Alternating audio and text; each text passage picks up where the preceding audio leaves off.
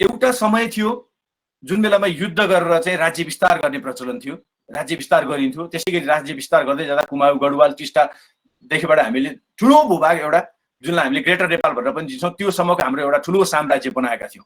त्यो साम्राज्य त्यो बेलाको तात्कालीन इस्ट इन्डिया कम्पनीसँग यहाँ अहिले कतिपय ठाउँमा म्यानिपुलेट गरिएको पाइएको छ। इतिहास भनेको एउटा यस्तो दस्तावेज हो जसलाई न बदल्न सकिन्छ, जसलाई न परिवर्तन जसलाई नमेट्न सकिन्छ, मेट्न पनि नसकिने र परिवर्तन पनि गर्न नसकिने एउटा दस्तावेज हो इतिहास भनेको। त्यसकारण कतिले नेपाल ब्रिटिसको युद्ध भन्छन्। हामीले ब्रिटिससँग आजका दिनसम्म लडाइँ लडेका छैनौँ, यो कुरा सबैलाई हेक्का रहोस्। हामीले लडेको इस्ट इन्डिया कम्पनीसँग हो र त्यो ब्रिटिस होइन। हामीले ब्रिटेनसँग लडेको होइन, त्यो इस्ट इन्डिया कम्पनीसँग लडेको। त्यो इस्ट इन्डिया कम्पनीसँगको जुन लडाइँ हामीले लडिसकेपछि हामीले परिणाम स्वरूप हामीले युद्ध हार्यौं। युद्ध हारेपछि के हुन्छ भनेदेखि बलवानको र कमजोरको बिचमा अथवा जितुवारेहरूको बिचमा एउटा सम्झौता हुन्छ। त्यो सम्झौताले चाहिँ अब भविष्यमा हामी फेरि युद्ध नगर्ने भन्ने शर्तमा केही कुराहरूको बार्गेनिङ हुन्छ, त्यहाँ गिभ एन्ड टेक हुन्छ र सन्धि हुन्छ। हो त्यही सन्धि हो सुगौली सन्धि भनेको। र त्यो सुगौली सन्धिमा क्लियरली के कुराहरू लेखिएको छ भने लिम्पियाधुराबाट निक्लिएको नदी जसलाई कुटियाङ्दी पनि भनेको पनि पाइएको छ, शारदा नदी पनि भनेर अहिले फेरि शारदा नदी भनेर पनि नाम आइरहेको छ। त्यो लिम्पियाधुरामा मुहान भएर बगेको नदी, जुन नदी चाहिँ कुटी हुँदै तल बग्दै आएको छ र यता लिपु भन्ज्याङ लिपु लेकबाट आएको अर्को एउटा सानो खहरे खोला पनि त्यसमै मिसेर त्यसपछि फेरि महाकाली भएर पर्छ। त्यो खोला नै काली नदी हो र त्यो खोला नै महाकाली नदी हो भन्ने मान्यता स्थापित गरेर त्यसभन्दा पूर्वको सम्पूर्ण भूभाग नेपालको रहने र तत्कालीन समयमा नेपालमा चाहिँ राजाहरूले राज गर्ने भएको कारणले गर्दा नेपालको राजाले पनि काली नदी तरेर पश्चिमतर्फ चाहिँ आफ्नो भूभाग अथवा आफ्नो सीमा चाहिँ फेरि विस्तार गर्न नपाउने भनेर चाहिँ त्यहाँ फुल स्टप लगाएर हामीले आजको दिनमा आज जुन हाम्रो नेपाल छ त्यो नेपाल हामीले त्यो दिनमा त्यसरी चाहिँ बनाएको नेपाल हो। त्यसपछि कालान्तरमा एवं रीतमा त्यो कुरा अघि बढ्दै गयो, सबै कुराहरू अगाडि बढ्दै गयो। त्यसपछिबाट 1962 मा चाइनासँग वार भयो इन्डियाको। चाइनासँग वार भयो इन्डियाको। त्योभन्दा अलि अगाडिदेखिबाट पनि उनीहरूको आफ्नै खालको एउटा कन्फ्लिक्ट भइरहेको थियो र सम्भवतः 2008 सालमा हुनुपर्छ नेपाली विक्रम सम्वत।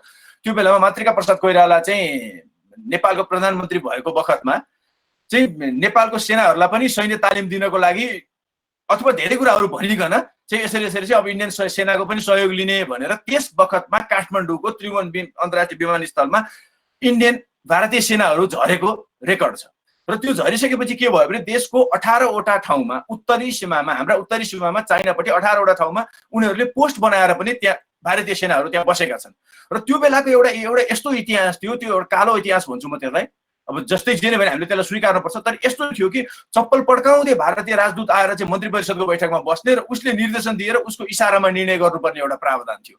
त्यो खालको एउटा प्र्याक्टिस थियो। त्यो बेलामा 17 ठाउँमा पोस्ट हुनु भनेको सामान्य कुरा थियो। त्यो बेलाको समय त्यस्तै थियो।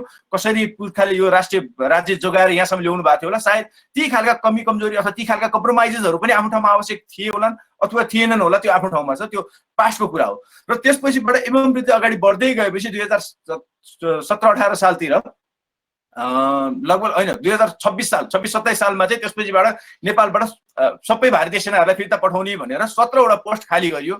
तर भइदियो के भनेदेखि कालापानीमा जहाँ अहिले भारतीय सेनाहरू बसेको पोस्ट पाइएको छ त्यो पोस्ट चाहिँ त्यो बेलामा हटाइएन अथवा सबैलाई थाहा थियो अथवा थाहा नभएर त्यो सबै त्यो आफ्नो ठाउँमा छ। त्यसको केही वर्षपछि 5-7 वर्षपछि अहिले संसारको यति ठुलो चाहिँ सबैतिर फेमिलियर थिएन।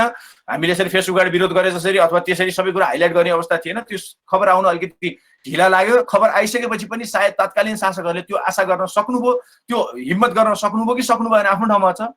त्यो कालापानीको पोस्ट त्यहाँ रहेको भएर र जुन पोस्ट आजसम्म पनि त्यही छ। र त्यसकै आधारमा त्यो पोस्ट जहाँ बसेको छ त्यहाँ दिपु खोला एउटा सानो खहरे चाहिँ बग्ने भएको कारणले गर्दा त्यही नै महाकाली नदी हो भनिकन र त्यहाँ बसेका फौज चाहिँ हाम्रो आफ्नो सीमा बसेको हो भनेर इन्डियाले अहिले जुन मानव सरोवर जाने बाटो बनाएको छ त्यो चाहिँ त्यसलाई चाहिँ मापदण्ड बनाएर त्यो बाटो बनाएको देखिएछ, जुन हरेक हिसाबबाट गलत छ। यदि त्यसलाई आधार मान्ने हो भने, यदि त्यही कुरालाई आधार मान्ने हो भने पनि अहिले मानव सरोवर जान बनाइएको बाटोहरू लिपु भन्ज्याङ पुग्नुपर्ने भएको कारणले गर्दा अझै पनि कालापानी क्षेत्रबाट त्यो बाटो जान्छ। लिम्पियाधुरा र लिपुलेको एरिया छोड्दा पनि कालाकानी मात्रै हेर्ने हो भने अझै पनि त्यो हाम्रो नेपालको भूमिमा पर्छ, अझै पनि पर्छ। अब लिम्पियाधुरादेखिबाट लिपुलेक सबै हाम्रो भूभागलाई मान्यता दिएर त्यसमा कुरा गर्ने हो भने त त्यो धेरै नै पर्ने भइहाल्यो। त्यो भएको कारणले गर्दा के छ भनेदेखि अहिलेको पछिल्लो समयमा आएको सीमा विवाद भनेको चाहिँ के हो भने लामो समयसम्म कालापानीमा सेना बसिरहँदा र त्यसपछिबाट त्यहाँको त्यो पोस्ट पनि हटाउन कसैले पहल नगरिरहेको र कालापानी भन्दा पारी बसेका जनताहरू पनि अब वारी सरे अथवा के गरे लिम्पियाधुरा लिपुलेकतिर चाहिँ त्यति धेरै बाक्लो बस्ती नभएको सबै कुराहरू नभएको बिस्तारै बिस्तारै त्यो सबै कुरा छोडिएको कारणले गर्दा त्यो चाहिँ एउटा बाँझो जमिन जस्तो भएर कसैले पनि त्यसको स्वामित्व नलिएको जस्तो भएको कारणले गर्दा चाहिँ त्यो जग्गा चाहिँ भारतले सहजै अतिक्रमण गरेको र अहिले आफ्नो नक्सामा हालेको देखिन्छ। तर वास्तविकता के हो भनेदेखि त्यो जग्गा हाम्रै हो, त्यो भूमि हाम्रै हो र नेपाल भनेको अहिलेको नेपाल भनेको हामीले ग्रेटर नेपालको कुरा गरिरहेका छौँ। अहिलेको आजको दिनको नेपाल भनेको लिम्पियाधुरासम्म यसको सिमाना भएको कुरामा हामीसँग पर्याप्त त्यसका दशीहरू छन्, पर्याप्त त्यसका प्रमाणहरू छन्, पर्याप्त त्यसका सबै कुराहरू छन्। त्यस भएको कारणले गर्दा त्यो भूमि निर्विकल्प हाम्रो हो। म त भन्छु त्यसको लागि अन्तर्राष्ट्रिय अदालत पनि गइरहनु जरुरी छैन। कुनै डिस्प्युटेड ल्यान्ड हो भने चाहिँ अन्तर्राष्ट्रिय अदालत जानुपर्छ। डिस्प्युटेड ल्यान्ड भनेको कस्तो हुन्छ भने हिजोको दिनमा कश्मीर डिस्प्युटेड ल्यान्ड थियो, पाकिस्तानले मेरो भनेर दाबी गर्थ्यो, भारतले मेरो भनेर दाबी गर्थ्यो। त्यो दुईटैको भएपछि त्यो कसको भन्ने कुरा डिस्प्युटेड भयो। तर लिम्पियाधुरा लिपुलेक र नेपाल कालापानी भनेको डिस्प्युटेड ल्यान्ड होइन। पहिलो कुरा यहीँबाट हामीले यो कुरा सचाउनु पर्छ कि त्यसलाई हामीले डिस्प्युटेड ल्यान्डै मान्नुहुन्न। डिस्प्युटेड ल्यान्ड हुँदा त्यो भारतको हो कि हाम्रो हो भन्ने विवाद भएन, डिस्प्युटेड हुन्छ। त्यो त बकाइदा रूपमा नेपालको जमिन हो, नेपालको चाहिँ नि क्षेत्रभित्र पर्ने कुरा हो भने त्यो डिस्प्युटेड ल्यान्ड होइन, त्यो सरासर हाम्रो भूमि हो। त्यो हाम्रो भूमिलाई अहिले अनाधिकृत रूपले अतिक्रमण गरिएको छ, त्यसमा बाटो बनाइएको छ, भले त्यसमा बाटो नबनाइयोस्, त्यसमा केही पनि नगरियोस्, त्यो भूमि हाम्रो हो, त्यो हाम्रो स्वामित्वमा रहनुपर्छ। बाटो बनाएको छैन भनेर नक्सामा राखेर पनि अरूले अतिक्रमण गर्न पाउँदैन। त्यो आफ्नो भूमि भनेको आफ्नो हुन्छ। र यहाँ धेरै ठाउँमा मैले सुनिरहेको छु, धेरै नेताहरूले पनि भन्नुभएको छ जमिनको कुरामा भन्यो भने 1 इन्च जमिन पनि हामी मिच्न दिने छैनौँ भनेर कुरा आएको छ। जमिन 1 इन्च हुँदैन, राष्ट्रको भूमि 1 इन्च हुँदैन। त्यो भनेको स्वाभिमान हो। स्वाभिमानमा 1 इन्च तल पर्नु र सिङ्गै गर्दन रेटाएर मर्नु, सेरिएर मर्नु बराबर हुन्छ। त्यसमा 1 इन्च र आधा इन्चको कुरा हुँदैन। राष्ट्रियता भनेको ठ्याक्कै हुनुपर्छ, त्यति नै हुनुपर्छ, त्यही नै हुनुपर्छ, एक्ज्याक्ट हुनुपर्छ। राष्ट्रियताको सवालमा त्यसमा कुनै पनि कम्प्रोमाइज गर्ने झन्डै राष्ट्रियता छ हामीसँग भन्ने सवाल आउँदैन। त्यस भएको कारणले गर्दा के छ भने अहिले पछिल्लो समयमा हामीले बुझ्नुपर्ने कुराहरू यो हो। त्यो भूमि सम्बन्धी विवादमा हामीले बुझ्नुपर्ने कुराहरू यो हो। र त्यसमा मैले अब अहिलेको सिनारियोहरू अब हामीले युथले चाहिँ के गर्न सक्छौँ त्यसो हो भने के त भोलि जय महाकाली भनेर चाहिँ खुकुरी बोकेर सिमानामा जाने हो? सायद त्यो दिन पनि आउला, तर त्यो दिन अहिले आइसकेको छैन। अहिले हामीले गर्ने भनेको के हो भनेदेखि अहिले हामीले गर्ने भनेको हाम्रो जुन भूभाग छ त्यो हाम्रो भूभाग हाम्रो पक्षमा आउनुपर्छ भनेर हामीले अहिले बहादुरी देखाउने बेला छैन। बहादुरी इन अ सेन्स गोलीगट्ठा बोकेर हतियार बोकेर जानुपर्छ भन्ने छैन। तर हामीले अहिले हाम्रो भोइस रेज गरेर अहिलेको सोसियल मिडिया यो अहिलेको जुन खालको एरा छ, गोल्डन एरा छ अहिले, यो गोल्डन एरामा हामीले हाम्रो भोइस सबै ठाउँमा हामीले पुर्याउन सक्छौँ। जस्तो कि अस्ति हामीले नेपालमा एउटा क्याम्पेन नै चल्यो, विश्वका सबै टप मिडियाहरूलाई चाहिँ इमेल गर्ने र यसको बारेमा जानकारी दिने कि यो खालको हाम्रो विवाद छ भन्ने जानकारी दिने। त्यसको कारणले गर्दा यो केही हदसम्म अन्तर्राष्ट्रियकरण भइसकेको छ र धेरैवटा मिडियाले यसको बारेमा नोटिसहरू, सूचनाहरू, समाचारहरू बजाउन थालिसकेका छन्। अबको दिनमा पनि हामीले गर्ने के हो भनेदेखि हामीले गर्ने भनेको अब पनि त्यही नै हो। हामीले हाम्रा मुद्दाहरूलाई अन्तर्राष्ट्रियकरण गर्नुपर्छ। अन्तर्राष्ट्रियकरण भनेको हामीले गुहार हाम्रो मुद्दा मिलाइदेऊ भनेर कोहीसँग भिख माग्नु अथवा गिरगिराउनु मात्रै अन्तर्राष्ट्रियकरण होइन। अन्तर्राष्ट्रियकरण भनेको विश्वले जान्नु पर्यो कि यो के भइरहेको छ भन्ने कुराहरू बुझ्नु पर्यो र कुनै एउटा छिमेकीले को रवैयाले पेल्न खोजेको छ अथवा त्यसलाई दबाउन खोजेको छ भने त्यो गर्नु हुँदैन भन्ने कुरालाई अन्तर्राष्ट्रियकरण गर्ने हो। यसमा अहिलेको टाइममा युथहरूको भूमिका भनेको हामीले यसलाई सक्दो अन्तर्राष्ट्रियकरण गर्ने। अन्तर्राष्ट्रियकरण इन अ सेन्स हामीले सकेसम्म सबैभन्दा धेरै मान्छेहरूले यसको बारेमा जानकारी पाउन् कि यो यसको खास प्रब्लम के हो भन्ने कुराहरू हामीले पहिला त्यो बुझ्नु पर्यो।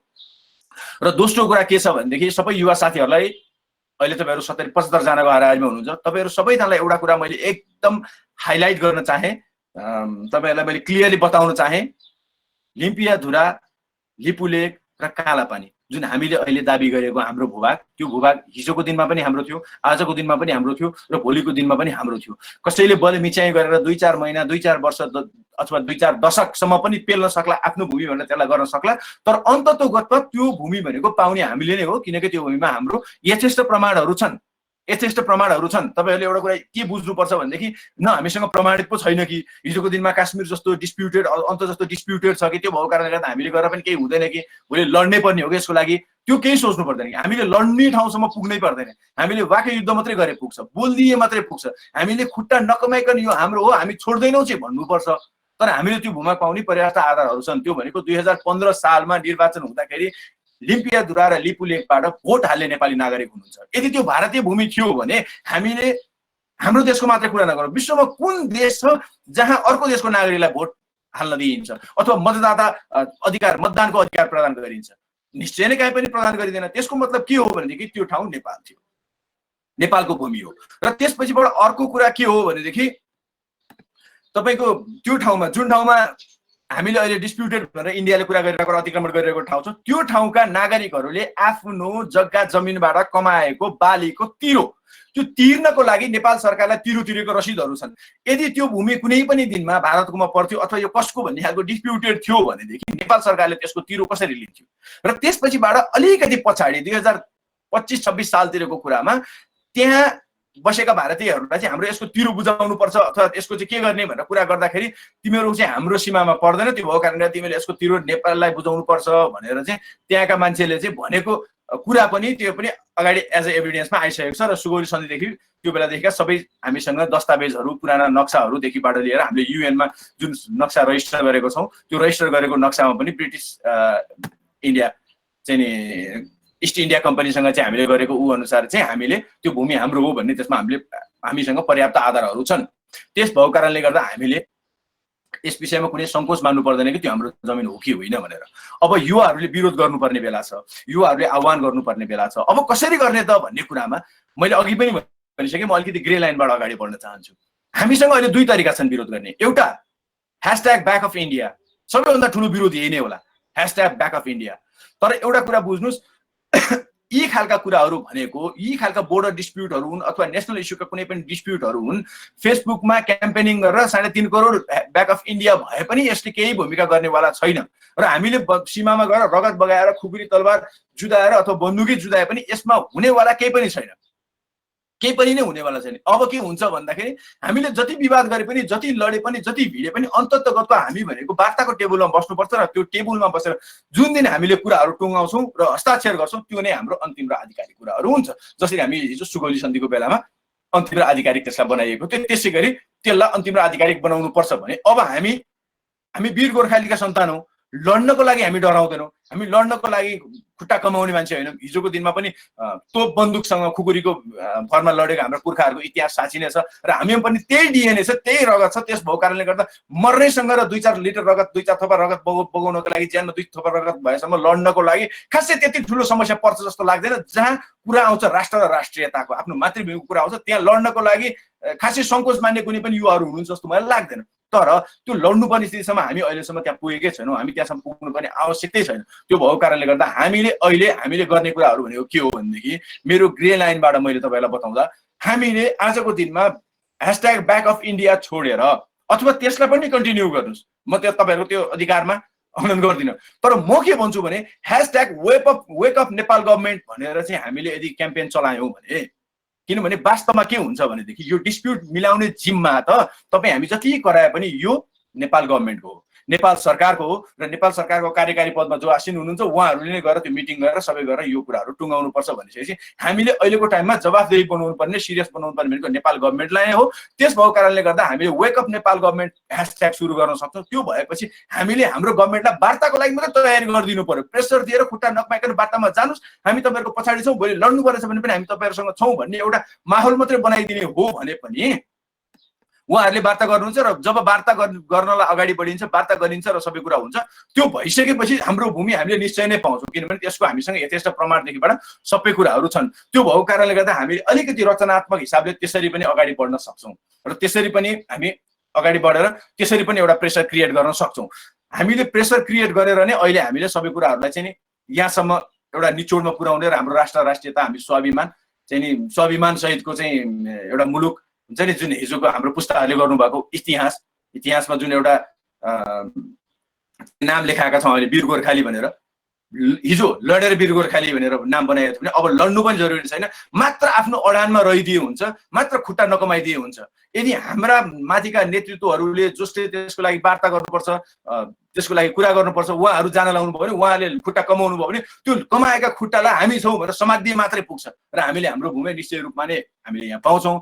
अहिले भारतीय मिडियामा जुन खालको एउटा प्रचारबाजी चलिरहेको छ, कसैको इसारामा यसरी चल्यो, त्यसरी चल्यो, त्यो चल्यो, यो चल्यो, यस्तो भइरहेछ भन्ने कुरामा गोर्खालीलाई हिजोको दिनमा केही नहुँदा त कसैको केही चाहिएन, हामी उनका लागि लडिदिएर उनका साम्राज्य बचाउन तयार थियौँ भने आजको दिनमा आफ्नो सबै कुरा आधिकारिक प्रमाण भएको भूमि लिनका लागि कोही कसैले उचाल्नुपर्छ जस्तो मलाई लाग्दैन। त्यो भएको कारणले गर्दा हामीले हाम्रो चाहिँ नि भूमि लिनुपर्छ, कुनै पनि हालतमा यो फिर्ता हुनुपर्छ। जसरी अहिले नक्सा बाहिर आएको छ, नक्साको कुरालाई हामीले स्वागत गर्नुपर्छ र त्यसपछिबाट खबरदारी र विरोध सँगसँगै राखिराख्नुपर्छ। जबसम्म त्यो भूमि हाम्रो मातहतमा आउँदैन, जबसम्म त्यो हाम्रो भूमि हाम्रो स्वामित्वमा आउँदैन, तबसम्म हामीले त्यसको खबरदारी गरि नै राख्नुपर्छ। र अस्ति मन्त्री परिषदमा प्रधानमन्त्रीज्यूले एउटा कुरा भन्नुभएको छ, संविधानमा सम्म भएर नक्सा राखेको दिन नेपालले दीपावली गर्नेछन् भनेर। तर म त्यसको खिलाफमा छु। दीपावली त्यो दिन गरिन्न जुन दिन साँच्चै त्यो भूमि फिर्ता भएर अब यो संविधानमा पनि संशोधन भएर नक्सा बस्छ र भूमि पनि फिर्ता भएर लिम्पियाधुराको त्यो महाकाली नदीको उद्गम स्थलमा गएर नेपालको झण्डा ठुलो टावर माइती घरमा फरफराइन्छ, त्यो दिन दीपावली गर्नुपर्छ हामीले। त्यो दिन दीपावली गर्नुभन्दा अगाडिसम्म चाहिँ हामीले प्रत्येक पलमा खबरदारी गरेको गर्नुपर्छ। अहिले हामीले भारतसँग लड्ने भन्दा पनि नेपालका नेताहरूको, हाम्रा नेतृत्वहरूको हिजोको दिन हेर्दा, आजको दिनमा के छ उहाँहरूको सोच थाहा छैन, तर हिजोको दिन हेर्दा उहाँहरूको चाहिँ यता चाहिँ गरेर गर्दिने, झम्टिने खोजे जस्तो गर्ने, दिल्ली पुगेपछि म्याउ गरेर फर्किने जुन ऊ छ, अब पनि फेरि दिल्ली पुगेर चाहिँ म्याउ नगरून् भनेर चाहिँ हामीले त्यसको चाहिँ खबरदारी हामीले गर्नुपर्छ र त्यो चाहिँ त्यो अन्तिम दिनसम्म झन्डा नफरफराएसम्म गर्नुपर्छ। यदि त्यति गरेर त्यसरी हामीले सरकारलाई अहिले साथ दियौँ भनेदेखि, हामी सबै एक भयौँ भनेदेखि हामीले एकदम राम्रो गर्न सक्छौँ। त्यसमा तपाईँहरूले एउटा ठुलो दृष्टान्तको रूपमा लिन सक्नुहुन्छ। नेपाली काङ्ग्रेस भनेको अहिलेको नेकपाको सबैभन्दा विरोधी पार्टी हो, किनभने ऊ प्रतिपक्षमा छ र प्रतिपक्षमा नेपाली कांग्रेस हुँदा नेकपा सत्तामा हुन्छ भने नेकपा सत्तामा हुँदा नेपाली कांग्रेस प्रतिपक्षमा हुन्छ। उहाँहरूको त्यो खालको एउटा 22 वर्षको रोल छ, जहिले पनि त्यही नै भइरहेको छ इतिहासदेखिबाट। भने उहाँहरूको बीचमा एक अर्काको बीचमा कुनै पनि नराम्रा कुराहरू अथवा कुनै कुराहरू एक अर्काको नराम्रा कुरा थाहा पाउँदा, एक अर्काको कमी कमजोरी थाहा पाउँदाखेरि एकले अर्कोलाई तान्ने, यो गर्ने त्यो गर्ने, त्यो उहाँहरूको भित्री कुरा हो, देशभित्रको कुरा हो, देशभित्रको राजनीति हो। तर जब एउटा भारतीय पत्रकारले चाहिँ त्यो विषयमा प्रश्न सोध्छ, प्रश्न सोधेपछि मिलनजीले जुन कुरा भन्नुभयो नि, म संसदमा बस्न चाहिँ प्रतिपक्षको कुर्सीमा बस्छु, तर राष्ट्रियताको आधारमा चाहिँ मेरो प्रधानमन्त्रीले जे भन्नुभयो मेरो पनि त्यही हो भनेर हो, त्यो खालको एउटा भोइस आउनुपर्छ राष्ट्र र राष्ट्रियताको सवालमा। र तपाईहरु सबैलाई एउटा कुरा हाइलाइट गरौँ, जब कुरा आउँछ राष्ट्र र राष्ट्रियताको, न त्यहाँ विपक्षी हुन्छ न त्यहाँ प्रतिपक्षी हुन्छ, त्यहाँ एउटै कुरा हुन्छ, त्यो पक्ष मात्रै हुन्छ, त्यो बाहेक अरू केही पनि हुँदैन। अब यसभन्दा धेरै कुराहरू एकदम यसको इतिहास सहित, इतिहासका दस्तावेज सहित, धेरै कक्षीहरू सहित निगम हुमागाई सरले यो कुरा बताउनु नै हुनेछ। र तपाईहरुको मलाई केही क्वेशनहरू अथवा त्यस्तो केही सोध्नु पर्ने छ, केही इन्ट्र्याक्सनहरू गर्नुपर्ने छ भनेदेखि आइ एम अन। यति भन्दै मैले मेरो एउटा सामान्य भन्नुपर्ने कुराहरू, अब राष्ट्रियतासँग आएका कुराहरू भएर कुनै ठाउँमा भोइस हाई पनि भयो होला, लोड एकदम हाई नोटमा पनि गइयो होला, अलिक आक्रामक उत्तेजित पनि भइयो होला। तर यो उत्तेजना जति नै भए पनि त्यति सजिलै लिम्पियाधुरामा झण्डा नफरफराएसम्म स्खलित हुने उत्तेजना चाहिँ होइन। तपाईहरुको पनि उत्तेजना आओस् तर बिचमा स्खलित नहोस्, सधैँ त्यो समयसम्म चुरोमा नपुगुन्जेलसम्म हामी रहिरहौँ, लडिरहौँ। लड्ने माध्यमहरू धेरै हुन्छन्, जुनैसुकै माध्यममा पनि हामी अगाडि लडिरहौँ भन्दै तपाईहरु सबैलाई राष्ट्र र राष्ट्रियताका सवालमा एक भएर अगाडि बढ्नको लागि, राष्ट्रियता भनेको यो विरोधी कसैलाई विरोध गरेर मात्रै बन्ने राष्ट्रियता होइन, नेपाली भन्ने भन्दा नेपाली बन्ने भन्छु मैले। तपाईहरु नेपाली भन्ने भन्दा पनि नेपाली बन्नेतिर जानुहोस् र नेपाली बनिसकेपछि नेपालीले के चाहनुपर्छ भनेदेखि लिम्पियाधुरालाई नै काली नदीको उद्गम स्थल हो र त्यो नै हाम्रो भूभाग हो, त्यहाँ पिलर गाडेर, जङ्गे पिलर त्यहाँ गाडेर त्यहाँ नेपालको झण्डा फरफराउनु पर्छ। हाम्रो अन्तिम बटम लाइन भनेको यही नै हो भन्दै अनवरत रूपमा विरोध, खबरदारी र प्रेसर राखिराख्नु होला। हामी चाहिँ सबैजना एक भएर अगाडि बढौँ। धन्यवाद। जय मातृभूमि। साँच्चै नै नेपाली भन्ने भन्दा नेपाली बन्न पर्दछ। सरलाई एकदमै धेरै धेरै धन्यवाद। हामीलाई हरेक पटक हजुरको कुरा सुन्दाखेरि चाहिँ कस्तो गुसबम्सै आउँछ कि, अनि राष्ट्रको लागि, राष्ट्रियताको लागि जे पनि गर्नुपर्छ, नेपाली माटोको लागि हामी अनवरत रूपमा प्रयास गर्नुपर्छ। र सरले भने जस्तै आफ्नो भूमि आफ्नो स्वामित्वमा नभएसम्म खबरदारी र विरोध पनि गरिरहनुपर्छ। धन्यवाद सरलाई। र यति भन्दै मैले चाहिँ अब हाम्रो यस प्रोग्रामको दोस्रो स्पिकर रोटेरियन निगम उमा गाईलाई यहाँ निम्त्याउन चाहे।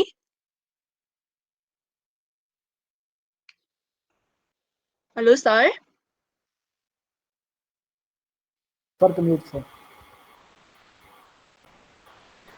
नमस्कार सबैजनालाई, धेरै धेरै धन्यवाद। आस्था, के सुरु गरौँ? हजुर सर। धेरै धेरै धन्यवाद आस्था। र विशेष गरी चाहिँ यहाँभन्दा अघिल्लोचोटि आफ्नो वक्तव्य व्यक्त गर्नुहुने वक्ता मेरो प्यारो साथी आदरणीय विष्णु हरिदाल सर, बहुप्रतिभाशाली व्यक्तित्व र मेरो एकदमै अत्यन्तै आदरणीय व्यक्तित्व हुनुहुन्छ। र हाम्रो रोटऱ्याक क्लबका प्रेसिडेन्ट लगायत सबै चाहिँ यो अहिले जुन यो अनलाइन मिटिङ हाम्रो चाहिँ हुँदैछ, यो एउटा अन्तर्क्रियामा सहभागी हुनुभएका सबै साथीहरूलाई चाहिँ मेरो तर्फबाट म एकदम न्यानो अभिवादन, गुड आफ्टरनुन, नमस्कार गर्न चाहन्छु सबैजनालाई। र धेरै धेरै धन्यवाद हाम्रो रोटऱ्याक क्लबलाई र तपाईँ जोइन हुने सबै साथीहरूलाई, किनभने अहिलेको यस्तो यो देशको एउटा चाहिँ कठिन परिस्थितिमा, विषम परिस्थितिमा चाहिँ तपाईँहरूले एउटा राष्ट्रियताको सन्दर्भमा देश प्रेमको कुरालाई लिएर जुन हिसाबले एउटा इनिसिएसन लिएर यसरी एउटा अन्तर्क्रियामा चाहिँ तपाईँहरू जुट्नुभयो, हामीहरू सबैजना जुट्यौँ। म सबै साथीहरूलाई चाहिँ हृदयदेखि नै आभार व्यक्त गर्न चाहन्छु। र अब अझ खास गरी हाम्रो रोटऱ्याकमा आबद्ध हुनुभएको तपाईँ साथीहरू चाहिँ कुनै न कुनै रूपमा स्वास्थ्य क्षेत्रसँगको सम्बन्धित व्यक्तिहरू अथवा विद्यार्थीहरू भएको कारणले तपाईँहरू आफू पनि सुरक्षित रहनुहोला र आफ्नो परिवारलाई पनि सुरक्षित राख्नुहोला भन्ने म तपाईँहरू सबैलाई अनुरोध र आग्रह पनि गर्न चाहन्छु। र सुरक्षित साथ बस्नु भएको छ भन्ने विश्वास पनि म व्यक्त गर्न चाहन्छु। र खास गरी अघि नै धेरै कुराहरू विष्णु सरले भनिसक्नु भएको छ। म चाहिँ 2-3वटा कुरा के गरौँ भने, पहिलो कुरा चाहिँ हामी यो लिपुलेक, कालापानी र लिम्पियाधुरा, यो 3टा जुन चिज छ यो कसरी हाम्रो हो भन्ने एउटा छलफल गरौँ। अर्को छलफल चाहिँ अहिले खास गरिकन चाहिँ त्यो सीमा विवाद र त्यहाँको अतिक्रमण चाहिँ भारतीय सेनाहरूले चेकपोस्ट खडा गरेर बसेको कारणले गर्दा नेपालमा भारतीय सेनाहरूको प्रवेश कसरी भयो र त्यो चेकपोस्ट कसरी बस्यो भन्ने 2टा कुरा चाहिँ म तपाईँहरूलाई पहिला नम्बरमा चाहिँ म बुझाउन चाहन्छु। यो सन्दर्भमा चाहिँ हाम्रो तथ्यलाई हेर्दाखेरि के छ भने 2007 सालमा अब पहिलादेखि नै भनौँ त्यति बेलाको नेपाली काङ्ग्रेस लगायत विभिन्न पार्टीहरूले विभिन्न चाहिँ क्याम्पेनहरूले राणा विरोधी सङ्घर्ष गरे, राणा विरोधी आन्दोलनहरू गरे। राणा विरोधी त्यो सङ्घर्ष र आन्दोलनपछि चाहिँ 2007 सालमा जुन क्रान्ति भयो, जुन क्रान्तिले चाहिँ नेपालमा प्रजातन्त्रको स्थापना गर्यो, तपाईँहरूलाई यादै होला राणाकालका अन्तिम प्रधानमन्त्री मोहन शमशेर नै प्रधानमन्त्री भएर चाहिँ मोहन शमशेरको अध्यक्षतामा त्यति बेला मन्त्री परिषद बन्यो प्रजातन्त्र आइसकेपछि। र त्यो मन्त्री परिषदमा चाहिँ त्यति बेलाका विद्रोही पक्षबाट चाहिँ भनौँ न बिपी कोइरालाहरू, गणेशमान सिंहहरू लगायतका व्यक्तिहरू चाहिँ मन्त्री हुनुभयो। बिपी कोइराला त्यति बेला गृहमन्त्री हुनुभएको थियो। पछि विभिन्न काण्डले चाहिँ त्यहाँ झैझगडा परेपछि त्यो सरकार खास चाहिँ प्रजातन्त्रको स्थापनापछि त्यही सरकारले निर्वाचन गराउने र अझ संविधान सभाको निर्वाचन गराउने र संविधान सभाद्वारा संविधान बनाउने नेपालमा भन्ने पुरै सहमति थियो। तर त्यो सहमतिमा विभिन्न किसिमका षड्यन्त्रहरू भए, त्यो मन्त्रीमण्डलमा मनमुटावहरू भयो। मन्त्रीमण्डलमा चाहिँ मनमुटावहरू भइसकेपछि बिपी कोइराला लगायत त्यति बेलाका विद्रोहीहरूले चाहिँ त्यो मन्त्री परिषदबाट राजीनामा गर्नुभयो। त्यो मन्त्री परिषदबाट उहाँहरूले राजीनामा गरिसकेपछि अन्ततः के भयो भने त्यो मन्त्रीमण्डल नै विघटन भयो। त्यस पछाडि 2008 सालमा मातृका प्रसाद कोइराला चाहिँ देशको प्रधानमन्त्री बने। त्यति बेला राजाले बनाए भनौँ, राजाले नियुक्त गर्ने चलन थियो। अनि मातृका प्रसाद कोइराला यहाँ नेपालको चाहिँ प्रधानमन्त्री भइसकेपछि मातृका प्रसाद कोइराला भारत भ्रमणमा जानुभयो। मातृका प्रसाद कोइराला भारत भ्रमणमा गइसकेपछि चाहिँ त्यति बेला भारतमा नेहरूको शासन थियो। नेहरू र मातृका प्रसाद कोइरालाको बीचको छलफलद्वारा नेपालमा नेपाली सेनालाई खास गरी चाहिँ तालिम दिन भन्ने बहानामा भारतीय सेनाहरूको नेपालमा प्रवेश चाहिँ त्यस प्रकारबाट भयो। र नेपाली सेनाको भारतीय सेनाको त्यसबाट प्रवेश हुँदा पहिलो पटक चाहिँ 2008 साल फागुनको 15 गते चाहिँ काठमाडौँमा त्यस प्रकारबाट चाहिँ सेना आए। सुरुमा जम्मा 250 जना भारतीय सेनाहरू आएका थिए। त्यस प्रकारबाट नेपालमा चाहिँ नेपाली सेनालाई चाहिँ तालिम दिने नाममा। र त्यसरी उनीहरू आउँदाखेरि यहाँ के गरियो भने इन्डियन सेनाहरू आउन सुरु गरे। इन्डियन सेनाहरू आउन सुरु गरिसकेपछि त्यति बेला पाँचथर, ताप्लेजुङ, सङ्खुवासभा, सोलुखुम्बु, दोलखा, सिन्धुपाल्चोक, रसुवा, गोर्खा, मनाङ, मुस्ताङ, डोल्पा, मुगु, हुम्ला, बझाङ र दार्चुला, यी जिल्लाहरूमा खास गरी चाहिँ हिमाली क्षेत्रलाई बढी टार्गेट गरेर यी क्षेत्रहरूमा चाहिँ 17वटा चेकपोस्ट त्यति बेलाको यो भारतीय सेनाले 17वटा चेकपोस्ट चाहिँ राखे। र सन् 1962 मा चाहिँ भारत र चीनको बीचमा युद्ध भयो। भारत र चीनको बिचमा युद्ध भइसकेपछि चाहिँ जुन अहिले हाम्रो अतिक्रमित भएको जुन भूमि छ, कालापानी, लिपुलेक र लिपियाधुराको जुन हाम्रो त्यो क्षेत्र छ, त्यो क्षेत्र चाहिँ कस्तो महत्त्वपूर्ण क्षेत्र छ भने त्यहाँबाट तिब्बत पनि पुरै स्पष्टसँग देखिने, त्यहाँबाट व्यावसायिक काम कारोबार गर्नलाई पनि क्षेत्रफलको हिसाबले भारत र चीन पनि नजिक हुने, र अझ अर्को चाहिँ त्यहाँबाट जम्मा 200 किलोमिटर लगभगमा दिल्ली पुगिन्छ भनेको त्यो उचाइमा भएको र छाङछुङ सबैतिर देखिने र त्यस्तो किसिमको सामरिक महत्त्व बोकेको त्यो भूमि छ। त्यो भूमिमा चाहिँ इन्डियन सेनाको प्रवेश 2019 सालमा हो। यस प्रकारबाट नेपालमा 2019 सालपछि चाहिँ 18 वटा चाहिँ सैनिक चेकपोस्ट भए। खास सुरुमा 17 वटा चाहिँ चेकपोस्टहरू थिए, अनि पछि कालापानीमा थपेको चेकपोस्ट सहित गर्दाखेरि चाहिँ 18 वटा चाहिँ सैनिक चेकपोस्टहरू चाहिँ त्यस प्रकारबाट नेपालमा रहन गए। र यसरी रहन गइसकेपछि त्यति बेलाको अर्को यो खास षड्यन्त्र अझ के थियो भने तपाईँ हामीले त्यति बेलाको परिस्थिति हेऱ्यौँ भने अब भारतमा चाहिँ नि होइन गान्धीहरूले भारत छोडो आन्दोलन चलाए, स्वतन्त्रताको लागि सङ्घर्ष भयो, अङ्ग्रेजले आएर भारतमा कब्जा गरेर बसेका थिए। अनि अङ्ग्रेजले के गरे भने अङ्ग्रेजले छोडेर भारतलाई स्वतन्त्र बनाउँदै गर्दा भारत टुक्रा टुक्रा भयो, जस्तो पाकिस्तान र भारत छुट्टा छुट्टै भए। पछि फेरि भारतले चाहिँ त्यसको बदला लिनलाई के गर्यो, पाकिस्तानलाई टुक्र्यायो। पछि फेरि विभिन्न षड्यन्त्र गरेर चाहिँ उसले सिक्किमलाई पनि आफ्नो बनायो। सिक्किम निल्यो नि त, अहिले सिक्किम भन्ने छुट्टै देशको कुनै अस्तित्व छैन। तपाईँले अहिले भुटानलाई हेर्नुभयो भने भारतले चाहिँ के गरेको छ भने भुटानको परराष्ट्र नीति र भुटानको सुरक्षा नीति भुटानको आफ्नो हातमा छैन। परराष्ट्र नीति र सुरक्षा नीति भुटानको भारतको हातमा छ। उसले चाहिँ त्यसरी हडपेर राखेको छ। अनि नेपाललाई पनि कुनै न कुनै रूपमा या कब्जा गरेर खाने या नेपालको चाहिँ परराष्ट्र नीति र सुरक्षा नीति अनि यहाँको जल सम्पदाहरू, प्राकृतिक स्रोत साधनहरूमा आफ्नो कब्जा गर्ने किसिमको चाहिँ भारतको त्यति बेलाको गिद्धे नजर थियो। र टोटल त्यति बेलाको अर्को षड्यन्त्र के थियो भने राणा शासनको समयमा चाहिँ नेपाली सेनाको सङ्ख्या नेपालमा जम्मा 20,000 सेना थिए नियमित, र म्यादी भनेको आवश्यकता अनुसार काम लाउने अर्को 20,000 सेना थिए। जब राणा शासनको अन्त्य गरियो, राणा शासनको अन्त्य गरेपछि एउटा नयाँ नारा के लिएर आइयो भने जस्तो अहिले पनि हामी कहिलेकाहीँ सुन्छौँ नि, यत्र आर्मी के काम, यत्र सेना किन चाहियो भन्ने किसिमको कहिलेकाहीँ सुनिन्छ नि। भने जस्तै चाहिँ के एउटा नयाँ नारा लिएर आइयो भने किन यत्रो सेना चाहियो भन्ने किसिमको नारा लिएर आएर ती सेनाको सङ्ख्या घटाएर जम्मा 9,000 सेनामा सीमित गरियो नेपाली सेनालाई चाहिँ है। नेपालको सेनालाई 9,000मा सीमित गर्ने। 2023 सालसम्म आइपुग्दा जम्मा 9,888 जना चाहिँ नेपालको सेनाको सङ्ख्या रहेछ। भनेपछि अर्को अब के देखिन्छ भने एकातिर हाम्रो नेपालको सेनाको चाहिँ सङ्ख्या कमजोर बनाउने, अर्कोतिर नेपालमा 18 ठाउँमा चेकपोस्ट स्थापना गरेर ती चेकपोस्टमा भटाभट विभिन्न बाहनामा इन्डियन सेनाहरू लिएर आउने र उनीहरूको सङ्ख्या नेपालको सेनाको सङ्ख्याभन्दा उनीहरूको सेनाको सङ्ख्या चाहिँ धेरै बनाउने किसिमका गतिविधि, त्यस्तो किसिमको षड्यन्त्र चाहिँ भारतले त्यति बेलादेखि नै रच्यो। अब त्यो बेलाको त्यो षड्यन्त्रमा पनि तत्कालीन हाम्रा चाहिँ शासकहरू परे। किन हाम्रा शासकहरू परे भने राणा शासनको विरुद्धमा अब त्यति बेलाका राजा त्रिभुवन त भारत गएर शरण नै लिएका हुन् होइन। भनेपछि उसले राजालाई पनि प्रभाव पारेर चाहिँ आफ्नो अन्डरमा कमान्डमा राखेको। अनि त्यति बेला क्रान्ति गरेर यहाँ बसेका नेताहरूलाई पनि भारतले आफैमा शरण दिएको। अनि नेताहरूमा पद दिएर जुदाइदिएर फुटाइदिएर चाहिँ ठुलो उसले चाहिँ एक खालको विवादको चाहिँ सिर्जना गर्ने। मातृका र बिपीको बिचमा, बिपीको र गणेशमानको बिचमा, अनि बिपी गणेशमानहरूको र राजाको बिचमा, अनि अरू विभिन्न अब त्यति बेलाको चाहिँ खुकुरी दलदेखि लिएर विभिन्न छन् त्यो प्रजा परिषदका कुरा, त्यहाँ सारा यिनीहरू एक अर्काको बिचमा चाहिँ जुदाइदिने, बजाइदिने, अनि झैझगडा गराइदिने, अनि उसलाई एक थरी भनिदिने, उसलाई एक थरी भनिदिने, अनि फाइदा आफू लिने र नेपाललाई अस्थिर बनाइदिइरहने। त्यो बेलाको पनि षड्यन्त्र, चुनाव हुन नदिने, अनि पालै पालो 9 एक वर्षमा प्रधानमन्त्रीहरू फेरिदिइरहने, अनि फाइदा आफू लिइरहने। अनि त्यस प्रकारबाट आउँदै गर्दाखेरि चाहिँ जब 2015 सालमा निर्वाचन भयो, 15 सालभन्दा पछाडि 2017 सालमा चाहिँ राजा महेन्द्रले सत्ता हातमा लिइसकेपछि अब ती के गर्ने त, त्यो चेकपोस्ट कसरी हटाउने त, इन्डियन चेकपोस्ट भन्ने सन्दर्भमा चाहिँ एउटा ठुलो योगदान नेपालको इतिहासमा चाहिँ यो इन्डियन सेनालाई नेपालको चाहिँ भूमिबाट, हाम्रो भूमिबाट लखेट्न सफल व्यक्ति चाहिँ त्यति बेलाका तत्कालीन प्रधानमन्त्री कीर्तिनिधि विष्टको नेतृत्वमा चाहिँ उहाँले सार्वजनिक अभिव्यक्ति दिएर सारा पहल गरेर अब त्यति बेलाको राजाको पनि योगदान छ, त्यति बेलाको प्रधानमन्त्रीको पनि योगदान छ, त्यति बेलाका नेताहरूको पनि योगदान छ। सारा गर्दा चाहिँ नेपालबाट चाहिँ अनि भारतीय सेनाहरू नेपाल छोडेर जानु पर्यो, आफ्नो देशमा जानु पर्यो, यसलाई हामी अन्तर्राष्ट्रियकरण भनेर कूटनीतिक माध्यमबाट विभिन्न पहल गर्दा गर्दा गर्दा बल्ल 2026 सालको पुस 17 गते चाहिँ भारतीय सेनाहरूले नेपालको भूमि छोडेर भारत फर्के। त्यस बिचमा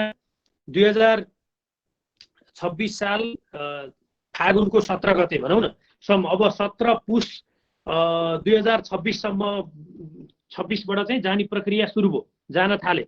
2026 साल फागुनको 17 गतेको हाम्रो परराष्ट्र मन्त्रालयको चाहिँ विज्ञप्तिले के भन्छ त भने अब बिस्तारै क्रमशः पठाउने भन्ने किसिमको सहमति भएपछि त्यति बेलासम्म 8वटा चेकपोस्टबाट 25,000 भारतीय सेना फिर्ता भए। भनेपछि तपाईँ विचार गर्नुहोस् 18वटा चेकपोस्टमा कति थियो होला भारतीय सेना। जबकि हाम्रो 2026 फागुन 17 गतेको रेकर्डले भन्छ, परराष्ट्र मन्त्रालयको आधिकारिक चाहिँ विज्ञप्तिले चाहिँ के भन्छ भने हाम्रो 8वटा नेपालमा भएको 8वटा इन्डियन चेकपोस्टबाट चाहिँ इन्डियन आर्मी फर्किँदा 25,000 भारतीय सेना फिर्ता भए भन्छ। जबकि 8वटा फिर्ता भएर अरू फिर्ता हुन बाँकी नै थियो त्यो बेला। अनि नेपाली सेनाको सङ्ख्या कति थियो? 9,888 जना थियो जम्मा। हेर्नुहोस् है, हामीले बडो गहिरोसँग बुझ्नुपर्छ यी कुराहरू। अनि त्यस प्रकारबाट चाहिँ 2026 सालमा चाहिँ अन्त्यसम्ममा सबै भनेको सुरुका जुन 17वटा पोस्ट थिए त्यो 17वटा पोस्टबाट चाहिँ इन्डियन आर्मीहरू त्यस प्रकारबाट फिर्ता भएर गए। तर एउटा ठाउँको पोस्ट, एउटा ठाउँको जुन चाहिँ यो 2019 सालमा 1962 मा भारत चीन युद्ध हुँदाखेरि चाहिँ जुन ठाउँमा आएर बसेको थियो इन्डियन सेना कालापानीमा, त्यो कालापानीमा चौकी चाहिँ पोस्ट बनाएर बसेको इन्डियन आर्मी चाहिँ त्यहाँबाट फिर्ता गएन। अब त्यसमा अब यही बिचमा अब त्यसलाई फिर्ता पठाउने उ गर्ने भन्ने विषयको चाहिँ अब प्रक्रिया बिस्तारै चल्ने गर्ने हुन्थ्यो होला।